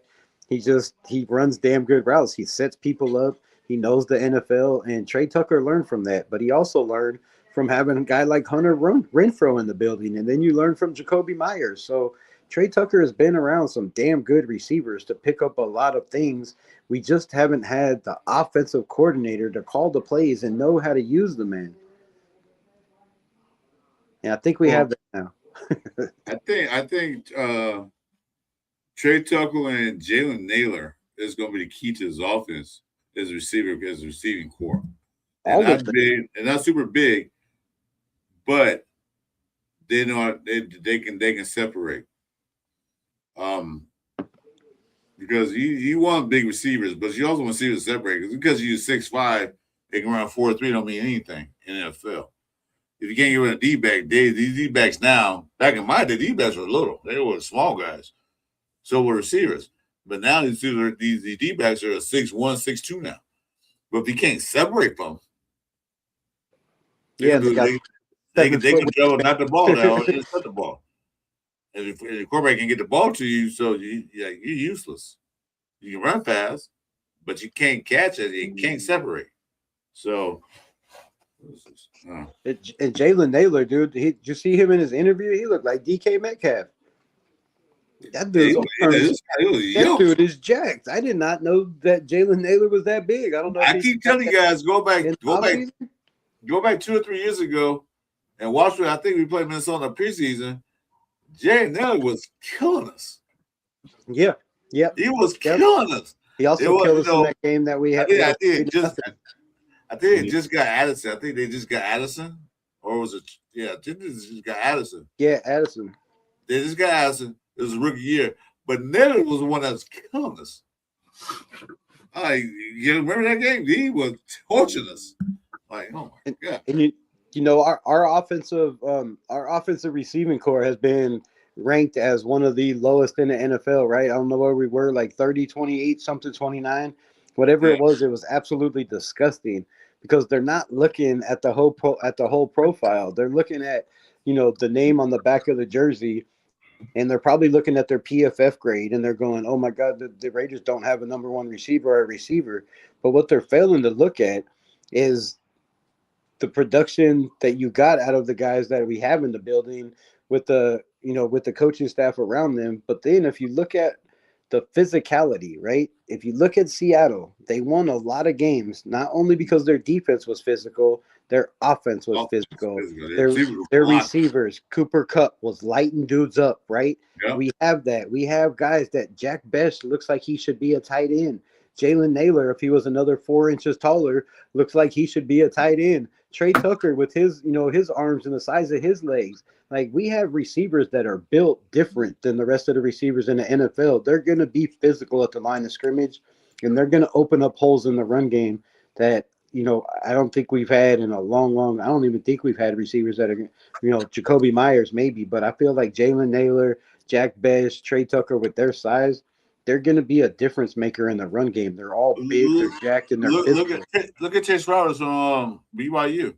The dude's and Chase Roberts. This dude is big too. Yeah, and that's what I'm saying. Like, if you look at what the Raiders have been doing with Kubiak, I feel like that's what they're getting, these guys that are big, physical, that not only can separate and catch and, you know, be physical at the catch point, but they can also block and open up holes for this running game. And that's, I think there's, you know, a lot of people aren't looking at the muscle and the size that we have in our receiver room. Yeah, we don't have that number one guy, but I don't really think we need it. I think you're going to have a big. I know their teams are going to have a big problem because I've seen the way teams have struggled against a Clint Kubiak's offense, and I've seen not have the physical amount of running backs, receivers, tight ends on other teams and still dominate. And now he has so many weapons. You're just looking at these guys going, man, just because they don't have big names or, you know, they're not a 1,000-yard receiver in the NFL. People think if you haven't got 1,000 yards, you're trash, right? If you don't run for 2,000 yards as a running back, you're garbage. And I think that's not the case. These guys you can have a 1,000-yard receiver in your team, and you still don't do shit. Yeah. I mean, that means nothing. We had 1,000 yards. Well, what was their record? I think they were 7. They were 5 and 12. Well, I mean, what goes have a 1,000-yard receiver when, you know? But it's not. That's not the key. Everybody look at stats. Everybody always look at stats. How many yards did you get this year? It might look good for you in your future contract because you got the yards and the catches. But what does it do for the team? I think a guy like Stephon Diggs, I think, you know, worked wonders for the young quarterback over there in Drake May and the Patriots and got them to the Super Bowl. You know, so I feel like his stats help that team, right? Because you have to account for him and his ability to get double teams. So sometimes it's good to have that number one, but I don't think you need it all the time, right? I don't think that's some guys' stats, like a guy like Mike Williams, you know, 1,000 yards every year he's been. Mike Evans, 1,000 yards every single year he's been in the NFL except for last year. Yeah, but how many games did, you know, Tampa Bay win, and how many playoffs did they win? Right? He had those 1,000 yards every year, but it didn't help. So it all just depends on the team, because I know that 1,700 yards helped Seattle a lot last year. Yeah, it did. That's more than our whole entire team had. I'm not saying we should have. Well, I want a receiver like that, but I'm saying that's it's not all about that all the time. Because I would have 4 receivers with good receivers with 600 to 800 yards a year with multiple touchdowns. They one receiver with 700 yards and 10 touchdowns. Because that's what I would have. That's the key right there. You said the word touchdowns. That's the biggest problem. We've had guys that have had decent stats and numbers. They just don't finish. We don't finish, right? We get down, you know, have a decent drive and it ends in a missed field goal or an interception, right? It's just we just, even Brock Bowers, as great as he is, I mean, you would think he'd had 20 touchdowns the last 2 years, right? but no, we don't score. We can't score in the red zone, and we don't score from from long distance. It's been a bad scenario for us in scoring points and touchdowns. And Yeah, our biggest issue was the red zone. We get in the red zone, then all of a sudden we say, "What we do now? What even way you do score?" Handed to Genty 3 times. Exactly. When they know what's coming. And that's another thing is, running on first down last year. I feel like this will be different.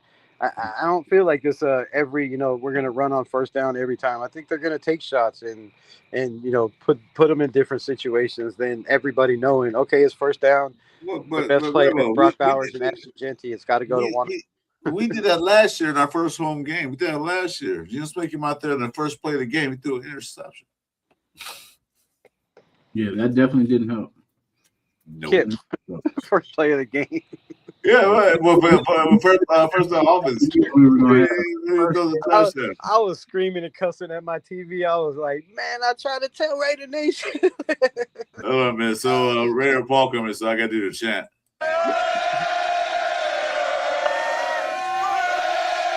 Raider Paul in the building.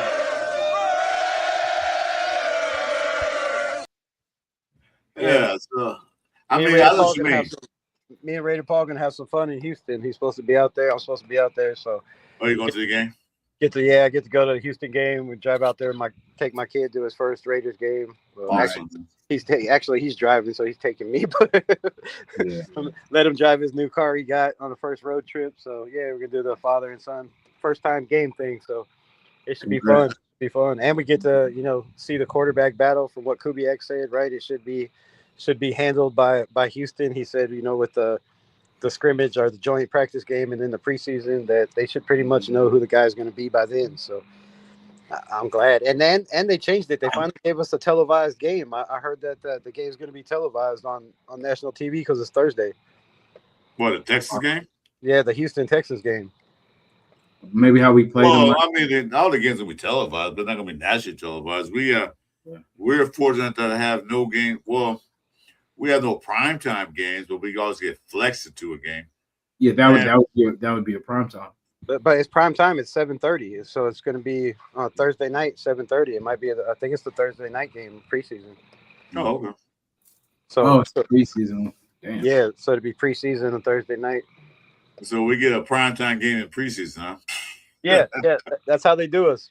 That's crazy. That's cool. They had us playing at 8 at night one of these preseason games. That's crazy as hell.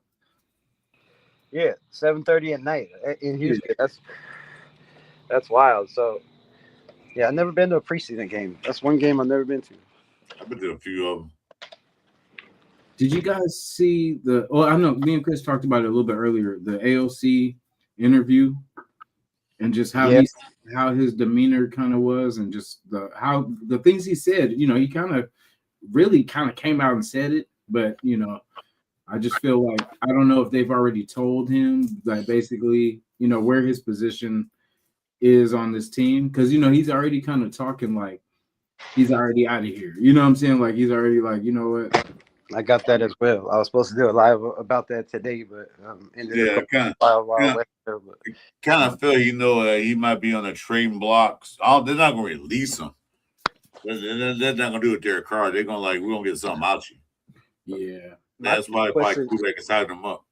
My question is, I don't think Kubiak's hyping him up. He don't seem like a hype guy to me. He seems like a very straightforward guy, and I don't think he'd be bringing up Aiden O'Connell if he didn't really believe that Aiden O'Connell has something that he can work with. He said he's got a lot to work with.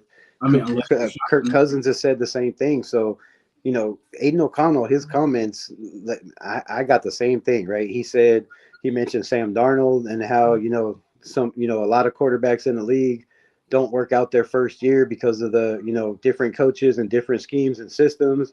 And if he's not playing with the Raiders, that he wants an opportunity to play somewhere else. And, I think he put it out there. He's letting them know that if you go with Kirk Cousins and don't give me a chance to play, I'm gonna probably ask for a trade. And I don't think he's gonna finish out the career, his season here, even being his rookie contract. I think he's gonna ask out because he wants the opportunity to play. He believes that he should be playing in the NFL, like I believe. And he's been overlooked in this organization. And I think for the first time, we actually have coaches in the building that understand what they have in Aiden O'Connell is why they're saying what they're saying. I don't think they're trying to hype him up for a trade.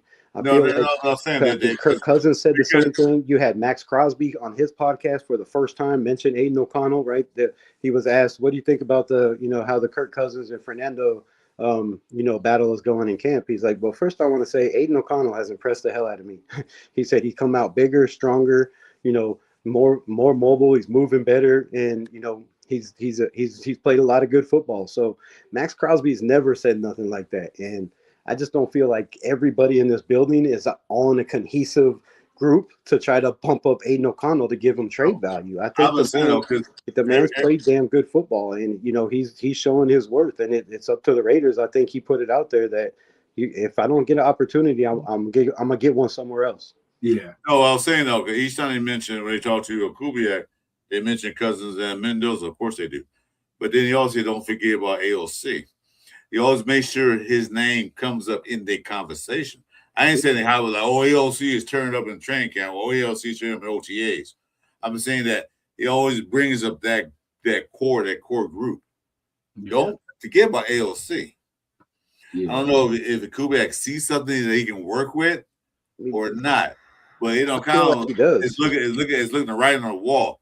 Okay, I've been here 3 years, 4 years.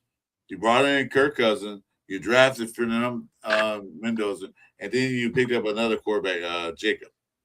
So where is my place in this picture? Mm-hmm. Yeah. So he's kind of feeling that maybe I'm out, maybe not. He's trying to so he's just saying truthfully, like, I'm a Raider now, but I might not be by the time season start or by midseason. Yeah, he pretty much said he wants the opportunity to compete, right? He don't want to be somebody just put in front of him like he's had the last 3 years, that he's been here.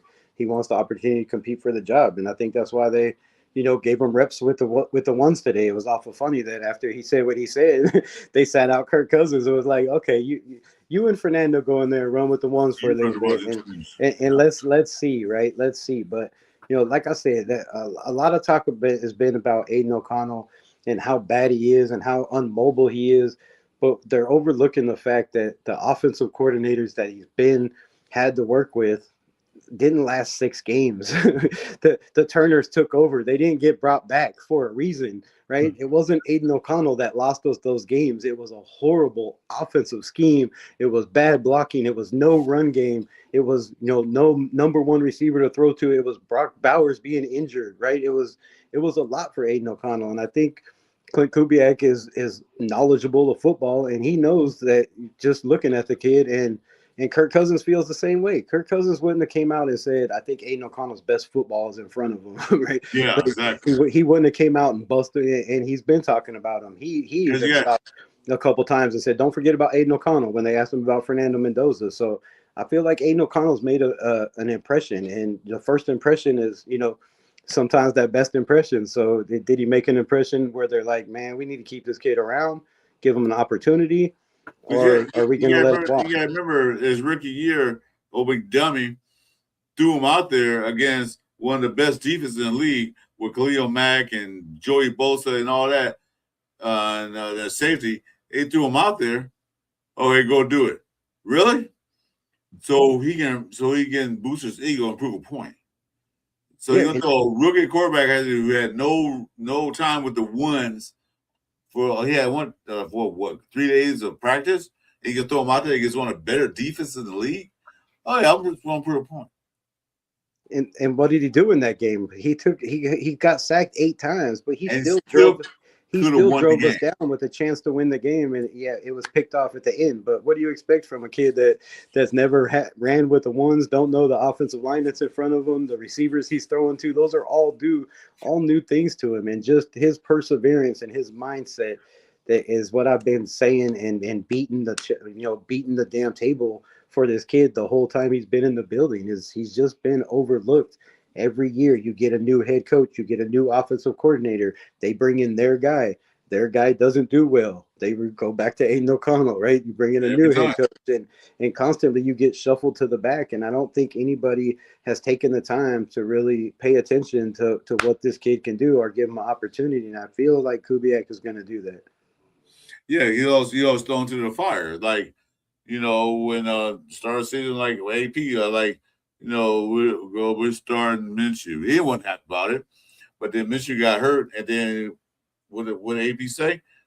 Oh, we got our quarterback, Aiden O'Connell. Yeah, he should have started. He should have started season before anyway, because he the one to help you get that damn job for the games he won towards the end of the season. Yep, 100%. But it wasn't his call. It was Telesco and them guys. Well, we paying this guy $11 million a year, so we have to start. And I hate that shit. I really do. We know AOC had, or AOC. We know AP had absolutely no say in that building whatsoever. No, he didn't. He was a yes man, and we know from because you know the things that he was allowed to change were for the better. Whether people like him or not, or like his bad clock management or the inexperience. Which, man, you're gonna have growing pains as never doing this. Before you were a linebacker coach, now you're a head coach, and I think he's kind of like Aiden O'Connell, right? People just think, you should be this and you should be this, and because you're not, it's all your fault, and it's not the team or the personnel they're bringing in around them or the bad coaching they're bringing in. It's just falls on the head coach and the quarterback, and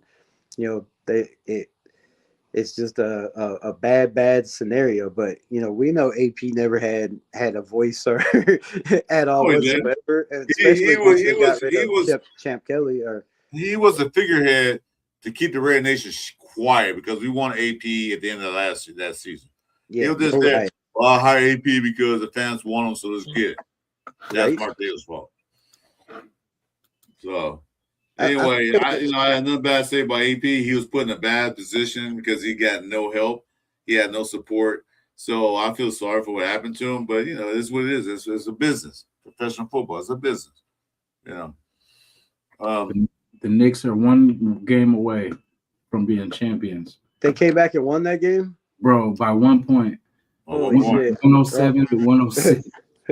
I bet my X post will blow up now because I posted about 30 minutes ago. I was like, damn, they're going to need the National Guard in New York after this ass whooping. Bro, they going to because they were up by 24 at the time. You know what I said? Everybody was saying like the East was pretty much playing for nothing. And then I was like, bro, these are the type of games where the betting world, bro, if you betted on New York, you clean up, bro. My dumb ass didn't. But, yeah. Well, they've been playing basketball good for the last 14 games, so I like it. I just think it's a great thing they won. Nobody will get beat up and jumped, in New York tonight. Oh, it'll be a good, but, job's not done. What Kobe said? Is job done? Right. More is required, as Max would say. Hell yeah. All right. I officially got my face back. I was gonna say, I think I can fully smile again. So before we wrap this up, let's talk about one more thing. And I know Jason will love to talk about this. Uh-oh. The DB room. Oh, okay. Oh yeah. Your boy Masses is going crazy out there. Yes, he is. Who? Which one? You know who I'm talking about, your Cal Bears. Where did he go to college? Yeah, I love to see it. Yeah. I love to see it. I know. Because you know what it is? I was screaming from the rooftop, Hezekiah Masses all offseason was in I don't know how many mock drafts. I was like, there's no way this dude falls to the fifth. And he did fall to the fifth. He fell to the fifth. Yeah. But you know what? He fell to the right place. I thought too, because of Cal and Raiders, I was like, I hope he ends up with us because they're local. But yeah, I get those feelings with certain players, and I'm like, man, it's just the fit. Like you could tell, what Spytech is looking for and what kind of players, and you can also tell, what Robbie Leonard looks for in guys just by the fact that he used to be a DB, right? So he's got that dog, physical mentality himself, right? He's got that charisma about him that, he kind of meant to be a Raider, like he said. So I feel like Hezekiah Masses started with the threes, moved up to the twos. Now he's running with the ones, and now he's making, out there making plays. And yeah, He had a pick today too, didn't he? Was it yesterday? I think it was. I think it was yesterday. I know he had a pass breakup. I don't know if it was a pick. I think Dalton. Oh, yeah, Dalton had a pick today. Yeah, Dalton Johnson had a pick on Aiden O'Connell today. Yeah. Oh hell no.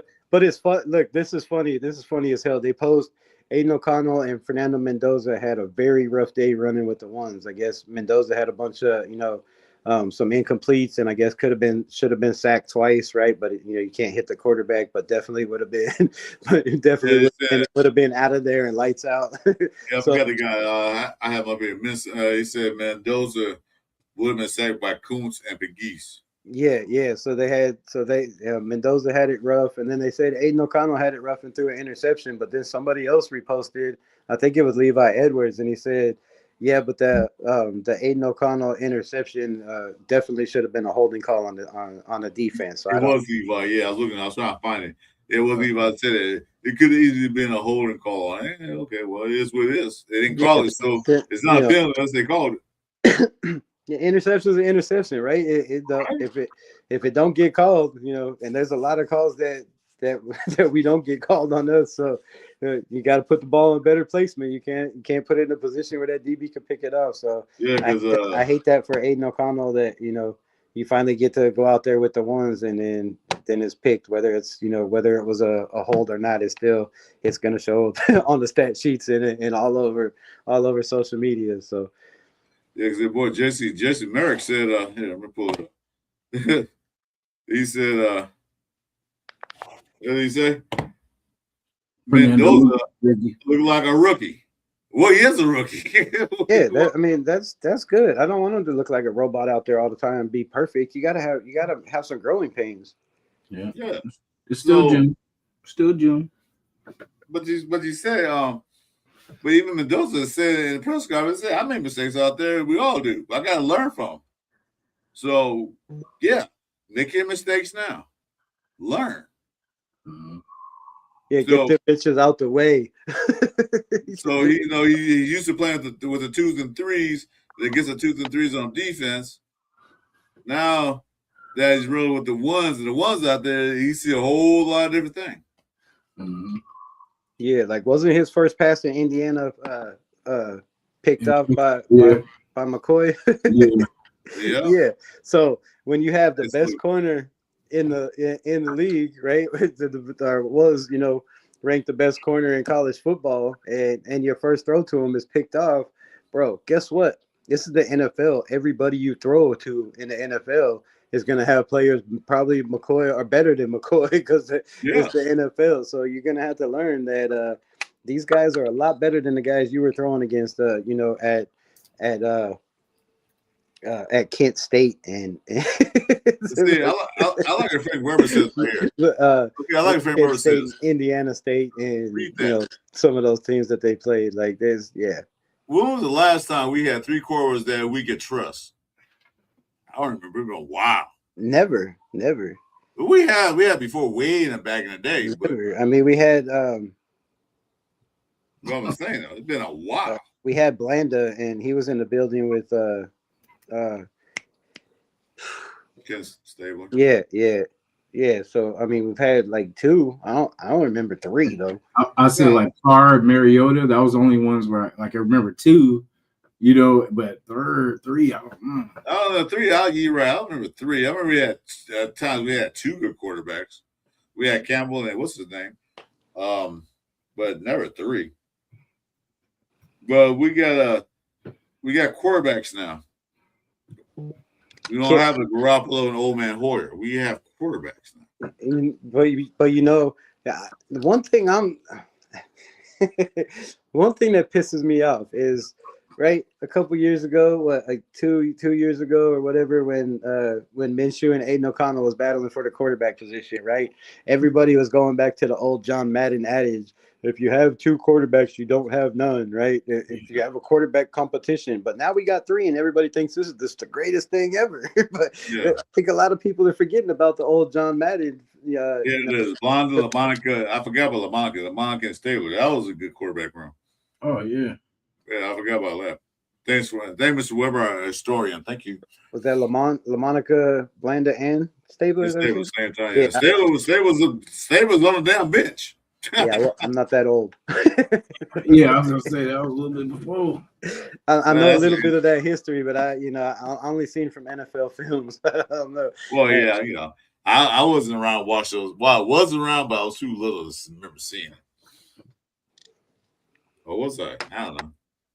But yeah, man. Well, I don't know. It's gonna be an interesting, preseason, especially with the 2 joint practices we got. So that's 5 games where these quarterbacks get a chance to, step up and show that they deserve to be what they think they are. So, if I say if Aiden O'Connell's not the guy at the start of the season, right, that's his own fault. I think he has an opportunity this year, more opportunity than he has. I don't really think that. I think he's going to have to do like a whole lot. It's going to have to be like, he's up here and Kurt's down here mid to change anybody's mind just because of the relationship he has with the coaches in the building and the, how everybody else is gravitating to Kirk Cousins. But you have an opportunity to show in preseason that if you don't want to be here, go out there and show what you got for other teams to start picking up that phone. And there's been teams, right? There's been plenty of people that have reported that every year there's teams calling for Aiden O'Connell. They're just not willing to let him go. And this might be the year that they might not have a choice. And I think that's going to suck because now next year you got to go get a damn backup quarterback. And hopefully you find one that can come in and, do what Aiden can do and win games and carry a team, if he has to, or you got to remember that. At least go 500 in a 10-game stretch or something. You got to remember one thing. This is last year on a rookie contract. So either go out there and do something to get another contract, or we're going to be on rookie status for the rest of his life, or a backup quarterback. And so he knows that. He has to go out in preseason and look good enough for other teams. They're like, you know what? Yep. We need a quarterback. Call the Raiders up. Say, our quarterbacks are hurt. We need a quarterback, Raiders. Would you want to give up Aiden O'Connell? You know what I'm saying? Yeah. So, because quarterbacks get it all year round. You never know. But anyway, I don't know what Levi said about your guy. Here it is. So, wide receiver Cedric Jackson, NFL rookies among the top standouts in minicamp. And I like Cedric Jackson. I thought she had more playing time last year. Yep. I thought you should have been way out there. I mean, he caught a ball from a 4th-string quarterback, Cam Miller, for a touchdown. Yeah, and Kenny Pickett. When was the last time anybody caught a touchdown from Kenny Pickett? oh, baby hands? Yeah, he caught a touchdown for Kenny Pickett. Like, come on. He made Kenny Pickett look like he could actually come out there and be better than Geno. Hey, it gave us hope. Hey, it put everybody on pause because I remember I was watching that and then I didn't expect it. And then I was just like, oh, shit. And shout out to all beat writers that out there reporting for us, man.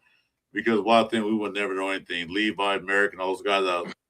Those guys post up. Shout out to you guys. If you come through the channel, make sure you subscribe. Hit like button, notify. All those guys, Q. I like what Frank Weber was saying. Remember, Kubiak was a bad quarterback. Oh, yeah, he was. Yep. And became a head coach. They won Super Bowl. Yeah. So there's something like father like son. Maybe I'll have to. Well, he did win a Super Bowl already, but that's the head coach. But time will tell. Yeah. Time will tell. Then his father won 2 as an assistant, right? And one as a head coach. Yeah. So he's got 1 as an assistant. Let's just get that head coach one, right? And then if we're just going by by universe statistics, right? He did have Peyton Manning on his team, so I mean, we got Kirk Cousins. Here it is. The writing's on the wall. He's a Raiders. Nice. So we got Kirk Chains, bro. Come on, we got Kirk Chains. Hey, Don, we need Raiders in 6. You mean But yeah, man, they had the Seattle Seahawks. They got rid of Geno. They won the Super Bowl this year. We got rid of Geno. Can we the writings on the wall? can we There it continue? is. Can we continue this? Can we continue this cycle? Maybe It's next cycle, year. exactly. I'll be fine with that. Next year, the Jets can trade. I was Geno. just They about can to get- say they can win a the Super Bowl, Jets gonna win next year. Yeah, we'll have we'll have Seattle win. We'll win. It'll be the Geno. Everybody will be trying to sign Geno just to cut him. Yeah, for real. They'll be like, it's the we curse can of sign- Geno. You we- get rid we of can Geno, sign you make it to the mountaintops. We can sign Geno and get the number one overall pick. I'm in. yeah.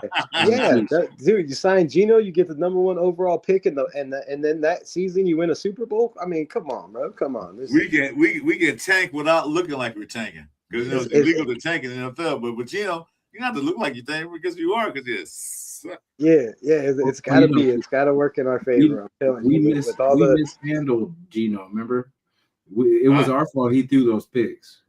We should. Raider Nation's so tough on him, right? But Yeah. but that's why he makes the big bucks. That's why they bring the big bucks to him. Yeah, that's what he said too. That's what he said. That's why they bring the big bucks to me. I do this. Yeah, you do this. I done this. I do this. I do this. He said, "Watch, look, no eyes." That's gonna go down as an all-time classic. I'm gonna play that. I'm gonna have to bust that on my thing because every time somebody talks shit from now on, I'm gonna play that Geno. I do this. I do this. That's why I get paid the big bucks. That's why Hey, Geno Smith. why they bring the money to me. Hey, Geno Smith. That's why they bring the money to me. He said. They're gonna say, "Hey, Geno Smith, why'd you throw the interception?" Because he was open. He was open. He was the only one open. He was the only one open. So that's the one to him. We did. We brought the money right to him. Yeah. That's why I get paid the big bucks. That's why I get paid the big bucks. Yelling at high school kids. Yeah. Hey, I bet that kid was trolling his ass all year, too. He was like, "Yeah, that's what you Probably get laughing his ass in. I know. I bet that whole team he was talking shit to was probably all over the whatever Instagram. Yeah, that's why you make the big bucks, right? Yeah, I know big there's a buck. meme Yeah, or something. okay. Hey, we're gonna find it too. I'm gonna figure out that high school, see if they did anything, and we'll bring it. That'd be funny if they posted that. Gino, that's why Big you get bucks, the huh? big bucks, right? That's why you make Well, the big bucks. You know what? All you guys joke about Jim, but you know what he did do us a favor. Yeah, he did us a big favor if it works out, right? Yeah, But It will. then you could also look at it as like I said on the podcast that I was on earlier, right? We could be in that scenario where Seattle had Sam Darnold. They went and drafted their guy, thought it was going to be the guy. The next year they let that guy walk, and then finally got to play, JJ McCarthy, and JJ McCarthy turns out to not be what everybody expected he was going to be when they was in camp saying, "Oh, JJ McCarthy is great. He looks so good. Oh, he's making all these throws, and he's competing for Sam Darnold. I don't know if Sam Darnold's going to keep his job." And then the next year they let Sam Darnold go. He wins the Super Bowl. He wins the Super Bowl JJ next year. McCarthy competing for his job with a former washed-up quarterback first round pick. Yeah, you see the quarterback. You see, I'm glad we don't have that this year. I'm glad we have that quarterback carousel controversy, whatever you want to call it. Well, we kind of do with the Aiden O'Connell thing and Mendoza. It's not really Most of the people want Mendoza to start. Like most people in the nation feel like Mendoza's ready to go right now. It should start day one. So there is kind of that controversy. Like they're gonna, as soon as Kirk Cousins makes a mistake, I'm talking they're about gonna be what Kyler screaming Murray. for Mendoza. I'm talking about what Kyler Murray said in the press conference and what Jalen McCarthy saying in his press conference, how they're talking about each other. We don't have that issue here. Oh yeah. Yeah, it might be competitive if I want Mendoza to start. If I want Kirk Cousins start, there's AOC sitting there like, duh, where I stand at. So it's nothing like that. But you're not hearing them talk about each other. He's getting more reps than I am. I think it might be like, I think Aiden O'Connell kind of said that today or yesterday in his press conference, just a little bit different of, look, I'm out here to compete and I want to play, but I don't think he has the intestinal fortitude of a Kyler Murray who, he probably the first round pick, and JJ McCarthy. They both seem like, they kind of think they're that alpha. But they're not afraid to say. I think Aiden's more politically correct than both of those guys is what I'm getting at, right? Well, I think They're what they feel. Aiden's more of that humble dude he's just not going to say nothing. Aiden O'Connell need to go on COD, man, and play some COD right quick. Maybe he'll get a little more of that.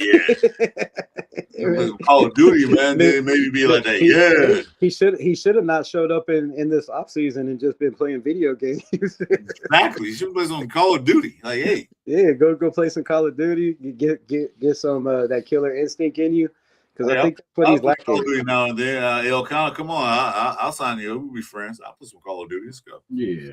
But yeah, he had a different swag about him in his interview. I think it wasn't the same Aiden O'Connell where he's Mr. Last year they asked him about Geno. Oh yeah, Geno's great. It's so great to work with this quarterback. This year he's like, yeah, I didn't know Kurt was so goofy. Shit. I know the things he came out with was like, it was not Aiden O'Connell. It seemed like Aiden O'Connell got a chip on his shoulder. It isn't like he didn't want to be here. He looked like he knows he's not going to be here. Yeah, he's like, man, this is bullshit. Like y'all, I hear all these coaches, hyping me up. Raider Nation don't want me here. Like most of them, like, why am I even here? Like, if I'm not gonna get a chance to play in my contract year, like you guys are ruining my career and you're setting me back by keeping me on the bench and just keep bringing in these guys and not giving me an opportunity. Like, he's been overlooked. Now this going, again for another year, right? That's. You gotta whether you're a Christian, humble, quiet type or not.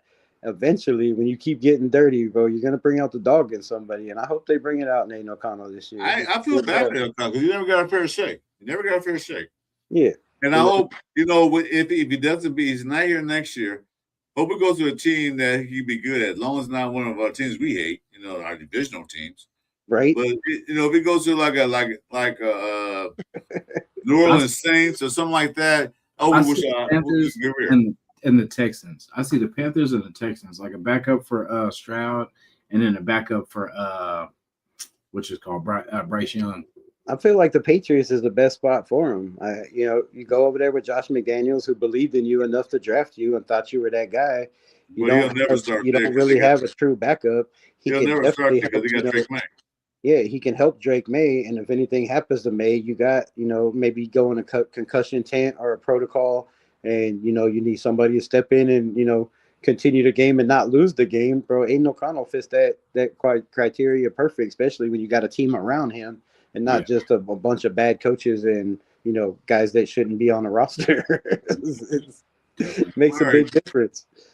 All right. Any final thoughts on everything? Because we covered the receivers, running backs, cornerback room. Offensive line, defensive line, I think we're good because they're pretty stacked. Quarterbacks we talked about, running back. So I think we're good. Well, we'll wait till after training camp to really judge these guys.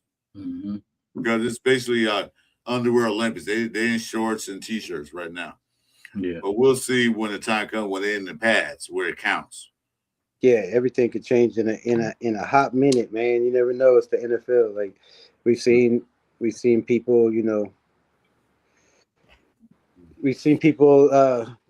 think they were going to be that guy in the NFL and not be that guy. So nope.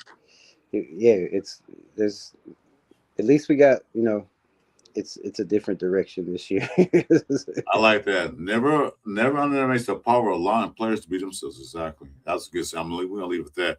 So we're on 2 hours now, guys. We're gonna end this show right now because I think Jason got to go. I got to go. Rebel, always welcome to come in, dude.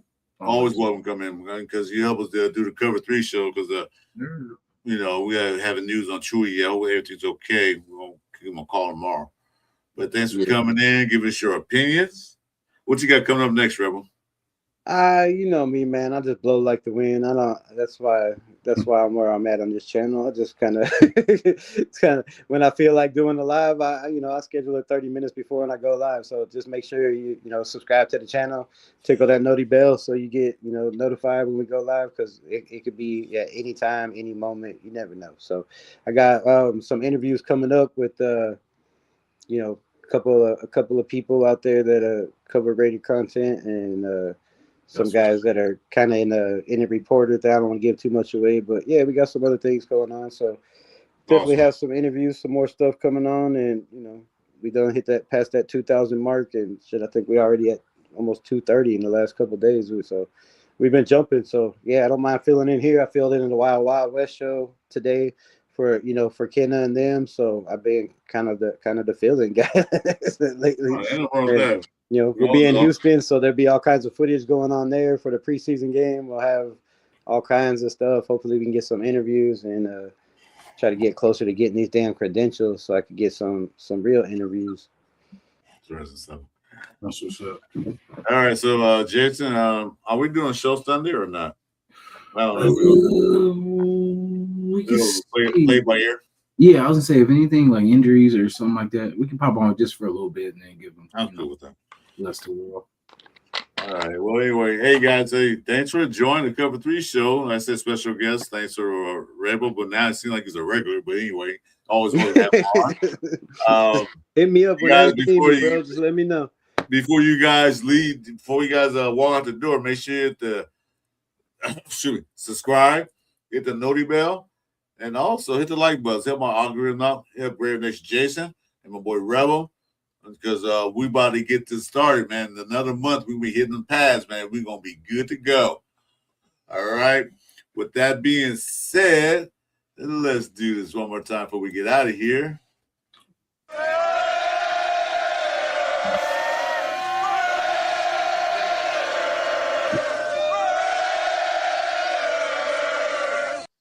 And we'll see you next time on Cover 3 show.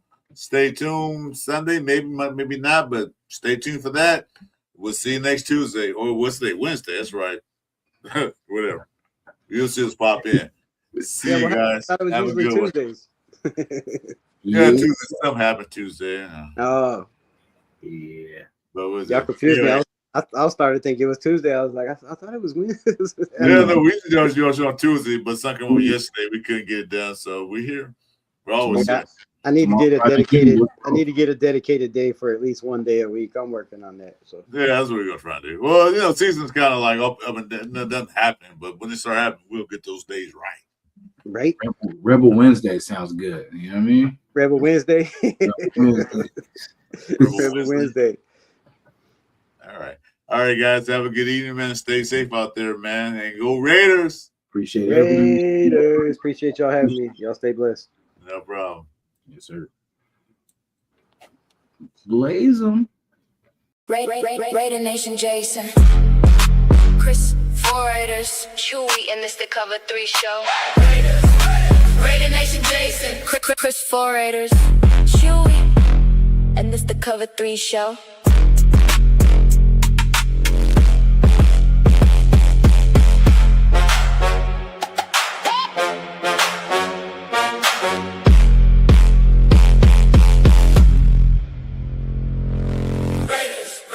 Raider Nation Jason, Chris4Raiders, Chewy and